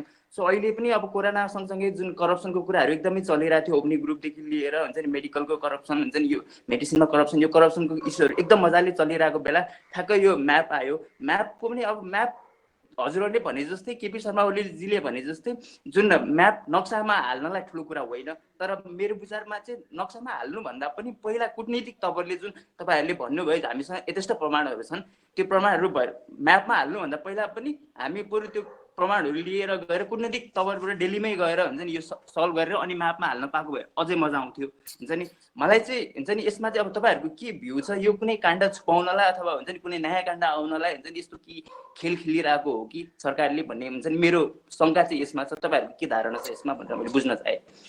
ल धेरै धेरै धन्यवाद तपाईँलाई। अब म तपाईँलाई एउटा अनुरोध के गरौँ भने हेर्नु, सबैभन्दा ठुलो कुरो के हो भने नेतृत्व तब मात्रै सफल हुन्छ, देश तब मात्रै बन्छ के हुँदो रहेछ भने नीति, नियत र नेतृत्व तिनटै चिज ठिक हुनुपर्छ कि। र सबैभन्दा ठुलो प्रश्न कहाँनिर हो भने नेतृत्वको नियत। जस्तै यही कालापानी पुलेर लिम्पिया भएको कुरो नौलो होइन, यो त्यो भारतले हाम्रो भूमिलाई सम्झेर उसले नक्सा जारी गर्यो, उसले नक्सा जारी गरेको कति समय बित्यो हेर्नुहोस् त होइन। सरकारले कुनै पहल गर्यो, कोही गयो यहाँबाट दिल्ली, कसैको हिम्मत आयो त्यहाँ गएर प्रधानमन्त्रीसँग कुरा गर्ने, त्यहाँको परराष्ट्र मन्त्रीसँग कुरा गर्ने, कर्मचारी तहदेखि कुरा गर्ने, पोलिटिकल लेभलमा कुरा गर्ने, कसैको हिम्मत आयो? हिम्मत आएन। दोस्रो नम्बरको कुरो, यही नक्साकै सन्दर्भमा पनि त सम्माननीय मन्त्री केही समय अगाडि दिनुभएको अभिव्यक्तिलाई हेर्नुहोस् त, त्यो बेला त्यो नक्सा त चोकचोका जहाँ पनि छापेर निकाल्न मिलिहाल्छ नि। नक्सा निकाल्नु ठुलो कुरो हो, भूमि ल्याउनु ठुलो कुरा त स्वयं प्रधानमन्त्रीज्यूले बोल्नुभयो नि त्यो बेला होइन। तर भलै जे कुराहरू भए पनि यति नक्सा निक्लिनु पनि यो एउटा त्यसको लागि उपलब्धिको कुरा हो। म तपाईँहरूलाई फ्रेङ्कली भन्नुपर्दा यिनले यो भूमि लिएर आउँछन् भन्ने कुरा मलाई चाहिँ विश्वास छैन, किन त्यो दम यिनीहरूमा छैन कि। त्यो दम किन छैन भने जति अहिले हाम्रो चाहिँ विभिन्न पार्टीका नेतृत्वकर्ताहरू हुनुहुन्छ ती दिल्लीको पैसा खाएर ती यतासँग चाडी ती विभिन्न भ्रष्टाचारमा चुर्लुममा डुबेर सारा गरेर उनीहरू सत्तामा पुग्नु भएको छ भनेपछि भोलि चाहिँ यो सत्ता ढलिएला, आफ्ना हितका गोप्य कुरा आफूले गरेका राष्ट्रघातका कुरा बाहिर आउला, त्यो पनि गर्नु होला जस्तो लाग्दैन। दाइलाई मैले अलिकति रोकेँ, दाइले ठ्याक्क त्यही कुरा ठ्याक्क निकाल्नु भयो, मैले पनि ठ्याक्क त्यही कुरा जोडिरहेको थिएँ। खास अब इन्डियाले यही सरकार केपी शर्मा ओली प्रधानमन्त्री हुँदै गर्दाखेरि नै इन्डियाले चाहिँ यो हाम्रो जुन अहिलेको भूभाग छ त्यो इन्डियाको म्यापमा हालेको थियो। सो अहिलेको हाम्रो केपी शर्मा ओली नै प्रधानमन्त्री हुन्थ्यो त्यो बेला। तर अहिले केपी शर्मा ओली हुँदाखेरि नै अब फेरि अहिले यस्तो आउँदाखेरि चाहिँ यहाँ बिचमा के कूटनीतिक हुन्छ नि, बिचमा उहाँहरूको बिचमा केही चलखेल छ भन्ने चाहिँ हुन्छ नि धेरै युवा साथीहरूमा चाहिँ यो माइन्डमा छ कि भन्ने मेरो पक्का कुरा हो। यो तपाईँले भने एकदम सही हो। यसको साथसाथमा हामी के कुरा होसियार गर्नुपर्छ भने यसको साथसाथमा एउटा राम्रो उपलब्धि चाहिँ के हो भने कम्तीमा सरकारले यति काम गरेर पार्लियामेन्टले पास गरिदिसकेपछि यिनले अहिले गर्न सक्यो भने भोलि एउटा असल र देशभक्त नेतृत्व स्थापित भएको दिन, नयाँ कोही व्यक्ति भोलि नेतृत्वमा आएको दिन चाहिँ यही कुरालाई पनि आधार मानेर यो समयमा नेपालले मानेको थिएन है भन्ने एउटा प्रमाणको दरो आधार चाहिँ बन्यो। त्यस कारणले पनि यो कदमको लागि चाहिँ सरकारलाई, यो साहसको लागि चाहिँ हामीले धन्यवाद दिनुपर्छ। तर तपाईँले अघि नै भने जस्तो हेर्नु न, एकपछि अर्को काण्ड के, एउटा करप्सनको काण्ड आउँछ, अर्को देशभक्तिको आउँछ, एउटा काण्डलाई ढाक्न अर्को काण्ड, अर्को काण्डलाई ढाक्न अर्को काण्ड, अर्को काण्डलाई ढाक्न अर्को काण्ड, यस प्रकारले चाहिँ अगाडि बढाएको छ। त्यो भएको कारणले हाम्रो नेतृत्व शुद्ध छैन, हाम्रो नेतृत्वको नियत ठिक छैन, हाम्रो नेतृत्व पवित्र छैन, भिजनरी छैन। त्यो भएको कारणले तपाईँ हामीले चाहिँ अब यसलाई परिवर्तन गर्ने भने कसरी त भन्दा यो निर्वाचनबाट मात्रै परिवर्तन हुन्छ कि फेरि होइन। तर फेरि तपाईँ हामी नै हाम्रै दाजुभाइहरू सबै नेपाली दाजुभाइ नै यति धेरै हामी पार्टीकरण छौँ, यति धेरै हामी विभाजित छौँ होइन, यति धेरै उसमा छौँ, कस्ता कस्ता मान्छेले चुनाव जितेर आएका रहेछन् भन्ने त त्यो इँटा भटलमा जिउँदै मान्छे पुर्यादेखि तपाईँको चाहिँ पुलिसलाई जिउँदै जलाउने मान्छेसम्मका कुरा त हामीले सबैका कुरा त हेरिराखेकै छौँ नि। त्यो भएको कारणले खास गरी चाहिँ सबै युवा साथीहरूमा नयाँ चेतना, नयाँ आँट, नयाँ जागरुकता चाहियो के। अनि हामीले हाम्रो फ्यामिलीलाई जगाउन सक्नु पर्यो। कसैले त नआँटी भएन नि त, त्यो चाहिँ हामीले आँट्नु पर्यो भन्ने मेरो अनुरोध हो सबैलाई। धन्यवाद। विष्णु सरको चाहिँ यसमा धेरै धेरै धन्यवाद। विष्णु दाइले केही एड गर्नुहुन्छ भने? स्पेसल मैले चाहिँ अब यो समग्रमा सबै कुराहरू के हो भनेदेखि हामी यहाँ जतिजना पनि छौँ हामी सबैजना बौद्धिक वर्ग नै हौँ, पढे लेखेका वर्ग हौँ। हामी सबैलाई थाहा छँदैछ र इतिहास साथी छ, एउटा केस दबाउनलाई अर्को केस, अर्को केस दबाउनलाई अर्को केस, अर्को केस दबाउनलाई अर्को केस, यसरी अगाडि आइ नै रहेको छ। त्यो भएको कारणले गर्दा यो नक्साको केस पनि अन्त कतै एमसिसीमा गएर अथवा अरू कुनै धेरैवटा काण्डहरू छन् अहिले। यो सबै हुन लागेको हो कि भन्ने कुराको एउटा शङ्का त्यो हुन्छ नि, शङ्काको सुविधा चाहिँ छ हामीसँग। तर एउटा कुरा म चाहिँ के हुन्छ भने मैले अघि पनि भने अलिकति म ग्रे लाइनमा बढी मैले भएको कारणले गर्दा विश्वास नगरी पनि हुँदैन, किनभने यिनीहरू नै हो टुङ्गोमा पुर्यायो भने पुर्याउने। हेर्नुहोस् तपाईँ हामी भएर हामी सबैले कसैले चाहेर पनि हामीले ठ्याक्कै यही गर्न सक्नेवाला छैनौँ। हामीले विरोध गरेर खबरदारी गर्ने मात्रै हो। त्यो भएको कारणले गर्दा यिनीहरूलाई विश्वास नगर्नुको पनि हामीसँग विकल्प छैन। विश्वास गर्दा पनि पटक पटक धोका खाएका हामी फेरि धोका नजालान् भन्ने पनि आधार छैन। त्यो भएको कारणले गर्दा म चाहिँ एउटा कुरा के भन्छु भने मैले एक दुई ठाउँमा अस्ति पनि भनेको थिएँ, अलिकति विरोध पनि भयो त्यो कुराको। अब अहिले पनि भन्दा विरोध होला, म बताइदिन्छु। हामी युवाहरू जो अहिले अभियन्ता भनेर लागेका छौँ नि, म सधैँ के भन्छु भने अहिले मैले नयाँ एउटा कुरा चाहिँ हामी अभियन्ताहरू भएनौँ भने यो देश लुलो हुन्छ, किनभने खबरदारी गर्ने मान्छे नै हुँदैन, केही पनि हुँदैन। तर हामी अभियन्ताहरू बढी बाठा भयौँ र यसै गरी धेरै फेरफेर मात्रै गर्न थाल्यो भने देश धुलो हुन्छ के। किनभने हामीले चाहिँ के गरिरहेका छौँ भनेदेखि एउटा केस लिएर जान्छौँ, अलि पर पुग्छौँ, त्यो टुङ्गोमा पुर्याउने भ्याइन्थ्यो होला सायद, अर्को केस आए पनि हामी फेरि यता फर्किन्छौँ के हुन्छ भनेदेखि हामीले पनि प्रायोरिटी बेसमा सबै कुराहरूलाई हाइलाइट गर्ने र अर्को केस आएपछि त्यो केसलाई नछोड्नु पर्यो कि विरोधको कुरामा जस्तो कि आज हामीलाई ओम्नी ग्रुपले गरेको भ्रष्टाचारको विरोध गर्नलाई कानुनले छेक्छ र संविधानमा पारित भएको छ र अब विरोध गर्न पाइँदैन, यसको म्याद सक्यो भन्ने छ र यो त प्याक गरेर ल्याएको औषधि त होइन नि, म्याच सक्यो अब यो खाने हुन्न, खायो भने घाटा गर्छ भन्नलाई हामी त्यो कुरो छोडिदिन्छौँ कि। अब नयाँ आउँछ, अब अहिले राष्ट्रवादको कुरा आइरहेछ, राष्ट्रवादको बारेमा जति ठुलो स्वरमा चर्का कुरा गरे फेसबुकका लाइक कमेन्टहरू बढ्छन्, सबैजनाले गर्छन्, हामी अलिकति एट्र्याक्सनको सेन्टरमा आउँछौँ भन्ने हिसाबले हामी अगाडि बढ्छौँ। यो समग्रमा सम्पूर्ण युवाहरूलाई मैले भने हो कि। अनि यसपछिबाट अर्को नयाँ खालको कुनै हट इस्यु आयो भने हामी त्यतातिर डाइभर्ट हुन्छौँ। एउटा कुरा के हुन्छ भनेदेखि कुनै पनि कुराको विरोध नगरेर केही पनि बिग्रिँदैन। म त भन्छु विरोध गरेर केही पनि बिग्रिँदैन, तर विरोध गरेर यदि टुङ्गोमा नपुर्याउने हो भने त्यसले सोत्तर पार्छ। किनभनेदेखि यिनीहरू भनेको पानीको फकाउनु 2-4 दिन कराउँछन् चुप लागिहाल्छन् नि भन्ने खालको नेतृत्वमा एउटा भावना पैदा भइसकेको छ। त्यो भएको कारणले गर्दा यिनीहरूलाई हामीलाई हेपेर पेलेर त्यो भएको कारणले गर्दा यो सबै अनियमितताहरू बढेको। मात्र एउटा कुरो नसो समातेर टुङ्गोमा पुर्याएर देखाइदिउँ न, त्यसपछिबाट यिनले काण्ड छोड्न अर्को काण्ड ल्याएर देखाउँ त। यिनलाई पनि आफ्नो ज्यानको पनि माया छ, यिनलाई त ज्यानको भन्दा पनि ठुलो माया त शासन सत्ताको छ कि। त्यो सत्तामा रहन नपाउने आधार भनेको हामीले कुनै पनि मुद्दालाई टुङ्गोमा पुर्यायो भने त्यहाँ रहन पाउने आधार यिनीहरूको सकिन्छ। त्यो भएको कारणले गर्दा हामीले त्यसरी एउटा कुरालाई समात्नु पर्यो कि। हिजो वाइट बडीको काण्ड आउँदाखेरि के भयो भनेदेखि प्रतिपक्षले ठुलो विरोध गर्यो। त्यो त्यत्रो विरोध अहिलेसम्म मैले देखेकै थिएन प्रतिपक्षले विरोध गरेको। तर जब त्यहाँ प्रतिपक्ष दलको सभापतिको नाम मुछेपछि त्यो कुरा सेलायो।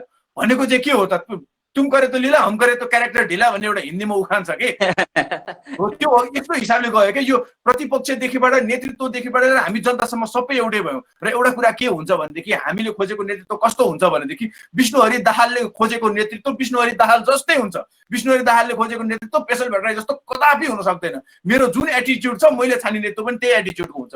त्यो भएको कारणले गर्दा हामी जनताले पहिला आफू सचेर आफू चाहिँ खबरदारी गर्ने कुरामा र जिम्मेवारीको कुरामा आफू चाहिँ जिम्मेवार हुने हो भने समय लाग्छ। एउटा निर्वाचन 2टा निर्वाचन हो, अब 10 वर्षमा केही बिग्रिनेवाला छैन कि। तर त्यसपछिबाट हामीले यो खालको कुराहरूमा केही गर्नै पर्दैन कि, अटोमेटिकली हुन्छ। र नेपाल भनेको एउटा कस्तो देश हो भने मैले अन्तिममा अलिकति त्यसमा जोड्न चाहेँ। नेपाल भनेको एउटा यस्तो देश हो, म अलि अगाडि लगभग 1 वर्ष अगाडि युरोप गएको थिएँ। त्यहाँ प्रायः कुराहरू नोटिस बोर्डमा लेखेर छोडे हुन्थ्यो। Smoking is not allowed here भनेपछि त्यहाँ कसैले स्मोक गर्दैन थियो। अनि please throw your birds in the dustbin भनेपछि बाटोमा अर्कोले फालेको भेट्यो भने पनि त्यसले टिपेर त्यहाँ फालिदिन्थ्यो। तर नेपालमा त्यो हुँदैन। नेपालमा त्यसो गरेर कानुनमा लेखेर अथवा कतै नोटिस टाँसेको भरमा नेपालका जनता पनि त्यति अवेर हुँदैनन् र नेपालमा केही कुरा लागू पनि हुँदैन। नेपाल भनेको एउटा यस्तो देश हो, हाम्रो कल्चर भनेको के हो भने हामीले कुनै पनि कुरालाई मोमेन्ट बनाउनुपर्छ, अभियान बनाउनुपर्छ। हामी सबै त्यसका पार्ट हौँ, हामी त्यसमै छौँ भन्ने कुरो सामेल गराउनुपर्छ। र आवश्यकता पर्दा त्यो चाहिँ कस्तो हुन्छ भने एउटा ठुलो भाँडोमा हाल्नु पर्यो भने पाटोपुट्टो पारेर काचाकुचो पारेर भए पनि छिराउनुपर्छ हो। त्यसरी अलिअलि बल प्रयोग गरेर अलिअलि प्रमोट गरेर अलिअलि मोटिभेट गरेर अगाडि नबढाएसम्म र अभियान नबनाएसम्म नेपालमा कुनै पनि कुराहरू सफल हुँदैन हो। त्यो अभियान चाहिँ कसरी हुन्छ भनेदेखि हामी सबैको एकमत भएर हामीले कुनै पनि कुरालाई हाइलाइट गर्छौँ भने त्यसलाई टुङ्गोमा पुर्याउने सम्मको कमिटमेन्ट हामीले लिएर त्यो एउटा काम गऱ्यौँ भने एउटाबाट 2 हुने हो, 2टाबाट 3 हुने हो। जब त्यो 5 हुन्छ नि त्यसपछि अब कुन काण्ड ल्याउने, काण्ड ल्यायो भने झन् फसिन्छ भनेर झन् काण्ड लुकाउन थाल्छन्। अनि बिस्तारै घट्दै जान्छ। अहिले भएको चाहिँ के हो भने एउटा कुरा के हो भनेदेखि पहिला योभन्दा ठुल्ठुला काण्डहरू नभएका होइन रहेछन्, कति भएका रहेछन् अहिले हामीलाई थाहा छैन, बलात्कार कति भएका रहेछन्, सुन कति आएका रहेछन्, सबै कुरा भएका छन्। तर के हुन्थ्यो भने पहिला फेसबुक थिएन, सामाजिक सञ्जाल थिएन, हामी यति चलाक थिएनौँ, त्यो भएको कारणले गर्दा कसैलाई पनि थाहा हुँदैन थियो। आज सबै कुराहरू छ, हामी पनि चलाक भयौँ, सबै कुराहरू बाहिर ल्याइरहेका छौँ, सबैलाई सुसूचित गराएका छौँ र हामीलाई थाहा छ कि अहिले चाहिँ सबैभन्दा बढी घटनाहरू बाहिर पनि आइरहेका छन् नि त। बाहिर आउनु भनेको समाधान निस्किनु पनि हो, तर त्यसको लागि हामीले हाम्रो जिम्मेवारी चाहिँ भुल्नु हुँदैन। Thank you. Okay okay, thank you. हजुर दाइ, हजुरलाई एकदम धेरै धेरै धन्यवाद। अब चाहिँ रोट्र्याक्टर लक्ष्मण खरेललाई बोलाउन चाहन्छु। धन्यवाद आस्था बहिनी। सबैले मेरो चाहिँ कोएक्सनको क्वेरिजहरू चाहिँ सबै पेसलसँग पनि अग्री भयो। खासमा चाहिँ मैले मेरो चाहिँ कुरा के हो भने निगम सर र विष्णु हरि सरलाई जति आज हामी 70-80 जना यहाँ भएर यो कुराहरू मलाई पनि थाहा थिएन लिपु लेकको बारेमा, जसरी यहाँबाट आज धेरै कुराहरू सिक्ने मौका पाएँ, यो समसामयिक मुद्दामा बहस गर्ने यो बहस सुन्ने मौका पाएँ, एकदमै सरहरूलाई विशेष धन्यवाद। हामीले पनि एउटा क्याम्पेन चलाइरहेको छौँ, रोट्र्याक र रोटरी र इन्ट्र्याक मिलेर एउटा यो मिट योर पर्सनालिटी भन्ने एउटा क्याम्पेन जो चलाइरहेछौँ विगत 10 दिनदेखि। त्यसमा चाहिँ अबको भोलिको सेसन चाहिँ हाम्रो अनुराधा कोइरालाको छ, त्यसपछिको सेसनमा चाहिँ विनम्र अनुरोध सहित हामी चाहिँ म्याक्सिमम पार्टिसिपेसन, जसलाई चाहिँ यो लिपु लेकको बारेमा र समसामयिक विषयको बारेमा अरूले पनि जानकारी पाए भने देशप्रतिको माया अझै बढ्छ कि भन्ने चाहिँ मलाई त्यो पनि आशा छ र त्यसबाट पनि युवाहरूको अझै नेतृत्वको लागि र देशको यो गौरवको लागि अगाडि बढ्नुहुन्छ कि उहाँको नेतृत्व अगाडि आउँछ कि भन्ने हिसाबले चाहिँ सरहरूलाई चाहिँ म एकदमै विनम्र अनुरोध चाहिँ त्यो कार्यक्रममा चाहिँ हजुरहरूको के छ राय भ्याउनुहुन्छ कि भ्याउनुहुन्न भनेर चाहिँ म त्यो पनि जानकारी लिन चाहन्छु। र त्यो कार्यक्रममा चाहिँ हामी यो आज जसरी हामी 70-80 जनालाई त्यो कुरा जानकारी दियौँ भने त्यो कार्यक्रमबाट चाहिँ हामी कम्तीमा पनि 3000 मान्छेलाई चाहिँ फ्रुटफुल्ली त्यो जानकारी दिन सक्छौँ भन्ने चाहिँ मलाई पक्कै पनि विश्वास छ सर। ठिक छ, हुन्छ, सल्लाह गरौँ, के भएर भइहाल्छ नि। राम्रो कुरा हो। टिम धेरै साथीहरू हुनुहुन्छ, त्यो सल्भल गरौँ भने गरौँ। म त तयार छु। विष्णु सरको समय कस्तो छ, मिलाउन सकिन्छ। Thank you so much Lakshman. त्यसको लागि अब रोट्र्याकमा प्रायसँग मेरो कन्ट्याक्ट छँदैछ, I am very close with Rotaract. Message गरेर टाइमिङहरू के कस्तो छ त्यो एरेन्ज गर्न सकिन्छ। र अघि पनि हामीले कुरा गऱ्यौँ राष्ट्रियताभन्दा ठुलो महत्त्वपूर्ण विषय केही छैन भन्ने कुरो। अहिले लकडाउनको टाइम हो, भए पनि एउटा किताब पढ्ने अथवा अरू खालको केही काम गर्ने हुन्छ, त्यसलाई पोस्टपोन प्रिपोन गरेर पनि त्यो गर्न सकिन्छ। Just let us know the time. Sure sir, म हजुरलाई चाहिँ कन्ट्याक्ट गर्छु। Thank you Laxman. ल धन्यवाद। धन्यवाद रोट्र्याक्टर लक्ष्मण खरेल। अब चाहिँ हामी प्रोग्रामको अन्तिमतिर आइसकेका छौँ। हामीलाई साथ दिनुभएकोमा सबैजनालाई धेरै धेरै धन्यवाद। अनि सरहरूले आफ्नो एकदमै महत्त्वपूर्ण टाइम हामीलाई दिनुभएको छ र हामीलाई फेरि एकपटक सधैँभरि जस्तो फेरि गाइड गर्नुभएको छ। यसको लागि एकदमै धेरै धेरै आभारी छौँ हामी हजुरहरूप्रति। र आगामी दिनमा पनि यही गाइडेन्स मिलोस्, यसरी नै जहिले पनि हजुरहरूको छत्रछायामा हामीहरू फुलिरहन पाऊँ। हजुरहरूलाई एकदम धेरै धेरै धन्यवाद। र अब चाहिँ हामी मिटिङ एन्ड गर्छौँ होला। 3:15 सम्मको थियो, 3:18 भयो। हस् सर, हस्, धेरै धेरै धन्यवाद सबैजनालाई। एकदम आफ्नो ख्याल गर्नु, सबैको उज्जवल भविष्यको कामना। थ्याङ्क यू सो मच है। हस् सर। अब क्लोजिङ नोट दिउँ है त। मैले पनि 1 मिनट 18 मिनट गएछ, 3 मिनट कट्या छ। अब सानो क्लोजिङ नोट दिन्छु। फर्स्ट अफ अल आज जे गरेका छौँ हामीले यो धेरै त्यति ठुलो एकदमै ठुलो काम होइन। हामीले केही नयाँ काम गरे पनि हैनौँ, केही ठुलो काम गरे पनि हैनौँ। तर के हुन्छ भने इम्प्याक्ट वाइज हेर्ने हो भने आज 70 जनाले जुन कुराहरू जान्नुपर्ने थियो त्यो कुराहरू केही हदसम्म भए पनि जानेका छन्। यसको मतलब यो होइन कि बौद्धिक व्यक्तित्व भनेको हामी नै हौँ, रिसोर्स पर्सन हामी एक्ज्याक्टली ठिक हौँ भनेर मैले भन्न खोजेको होइन। मैले यो कुरा निर्मललाई पनि पहिला भनेको थिएँ। निर्मलले मसँग सल्लाह गर्दाखेरि रिसोर्स पर्सन निगम सर र म पनि हुन सक्छौँ, वी नो समथिङ, तर हामी नै रिसोर्स पर्सन होइन, हामीभन्दा प्रपर रिसोर्स पर्सन पनि छ। अब यो कुन भोल्युमको गर्ने त्यो अनुसारले अगाडि बढौँ भनेको थियो। तैपनि निगमले त्यो के अरे निर्मलले त्यो दिन त्यो भनिसकेपछि अब यो कुनै पनि समयमा म पनि एउटा रिसोर्स पर्सन भएर बोल्नुपर्ने हुनसक्छ भनिसकेपछि र म त अध्ययन गरि नै रहेको थिएँ, त्यसमा पनि अझ बढी खोतलेर यसमा पढ्न थाल्यो, गर्न थाल्यो। यो जसरी अहिले यति आइडिया सेयर गर्न पाइयो नि यहाँ। अब के हुन्छ भनेदेखि यो कन्फरेन्स अथवा जे भनौँ हामी यसलाई, यो सफल भएको छैन। यो सफल कहिले हुन्छ भनेदेखि अब यहाँ भएका 70 जना मध्ये एक्टिभ रिसोर्स पर्सन भएर अर्को 10-20 जनाको ग्रुपलाई यसै गरी कन्भिन्स गरी हामीले यो चाहिँ गर्नुपर्छ है भनेर भन्ने जाँदाखेरि मात्रै चाहिँ यो हुन्छ, यो सक्सेस हुन्छ। र अर्को कुरा निर्मल लगायत सम्पूर्ण रोट्र्याक्टरहरू अब I am very proud, glad पनि छु। रोटरी क्लब अफ मातृभूमि बालवाटार आइओएमले नै यो एउटा इनिसिएसन लिएर यसमा मैले आफूले गरेर पाउँदा किनभने आफ्नो फ्यामिली आफूले स्पोन्सर गरेको क्लब भएको कारणले गर्दा पनि you guys are doing really good. अगाडि बढ्दै जाऊ। अब रह्यो कुरा सँगै सधैँ साथ समर्थन दिने भनेको बाबुआमाले सिकाउने भनेको पहिला आफ्ना छोराछोरीलाई हो अनि त्यसपछि छिमेकीका छोराछोरीलाई हो। त्यो भएको कारणले गर्दा त्यसमा तिमीले कसैले पनि डाउट गर्नै पर्दैन। We are always with you. Thank you so much for this. ल सबैजनालाई है धेरै धेरै धन्यवाद। विशेष गरी हाम्रो विष्णु सर, निर्मल, त्यसै गरी आस्था, साह्रै एकदम राम्रो चाहिँ यो मोडरेट गर्ने काम चाहिँ आस्थाले पनि गर्यो। धेरै धेरै धन्यवाद सबैलाई। र म मेरो एउटा विशेष अनुरोध, विष्णु सरले पनि भनिहाल्नुभयो कि जो तपाईँहरू छोरी मान्छेहरू जो हुनुहुन्छ तपाईँहरूलाई पनि मेरो एउटा विशेष अझ अनुरोध सबैलाई, स्पेसल्ली छोरी मान्छेहरूलाई के भने कस्तो छ अहिलेसम्म पनि ल हेर्नुहोस् त हाम्रो आधीभन्दा बढी पपुलेसन छ तर गाउँ ठाउँमा सबैतिर आमाहरूको दिदीबहिनीहरूको अवस्था कस्तो छ त्यो सबै चिजलाई चाहिँ मध्यनजर गरेर पुराना पाकाले कसरी यस्तो स्रोत साधन सम्पन्न भएको देशलाई कसरी चाहिँ डुबाएर राखेका छन् सबै युवा साथीहरूले चाहिँ त्यो कुरालाई सोच विचार गरेर आफ्नो जीवनमा पनि परिवर्तन ल्याउनु पर्यो। आफू पनि एउटा चाहिँ असल कुशल देशभक्त र साथै एउटा सफल व्यक्ति बन्नु पर्यो। साथै देशको नेतृत्व गर्न पनि अग्रसर हुनु पर्यो। अब बाहिर निक्लिनु पर्यो, आँट गर्न पर्यो, हिम्मत गर्न पर्यो। त्यो सबै अनुरोध म तपाईँहरूलाई गर्छु र विष्णु सरलाई पनि धेरै धेरै धन्यवाद। सबैजनालाई धन्यवाद। ल थ्याङ्क यू सो मच है। Thank you so much. ल बाई बाई।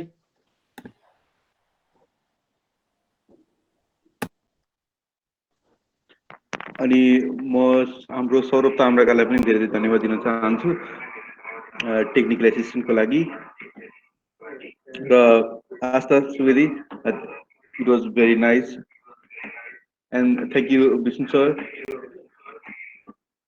निगम sir, thank you so much.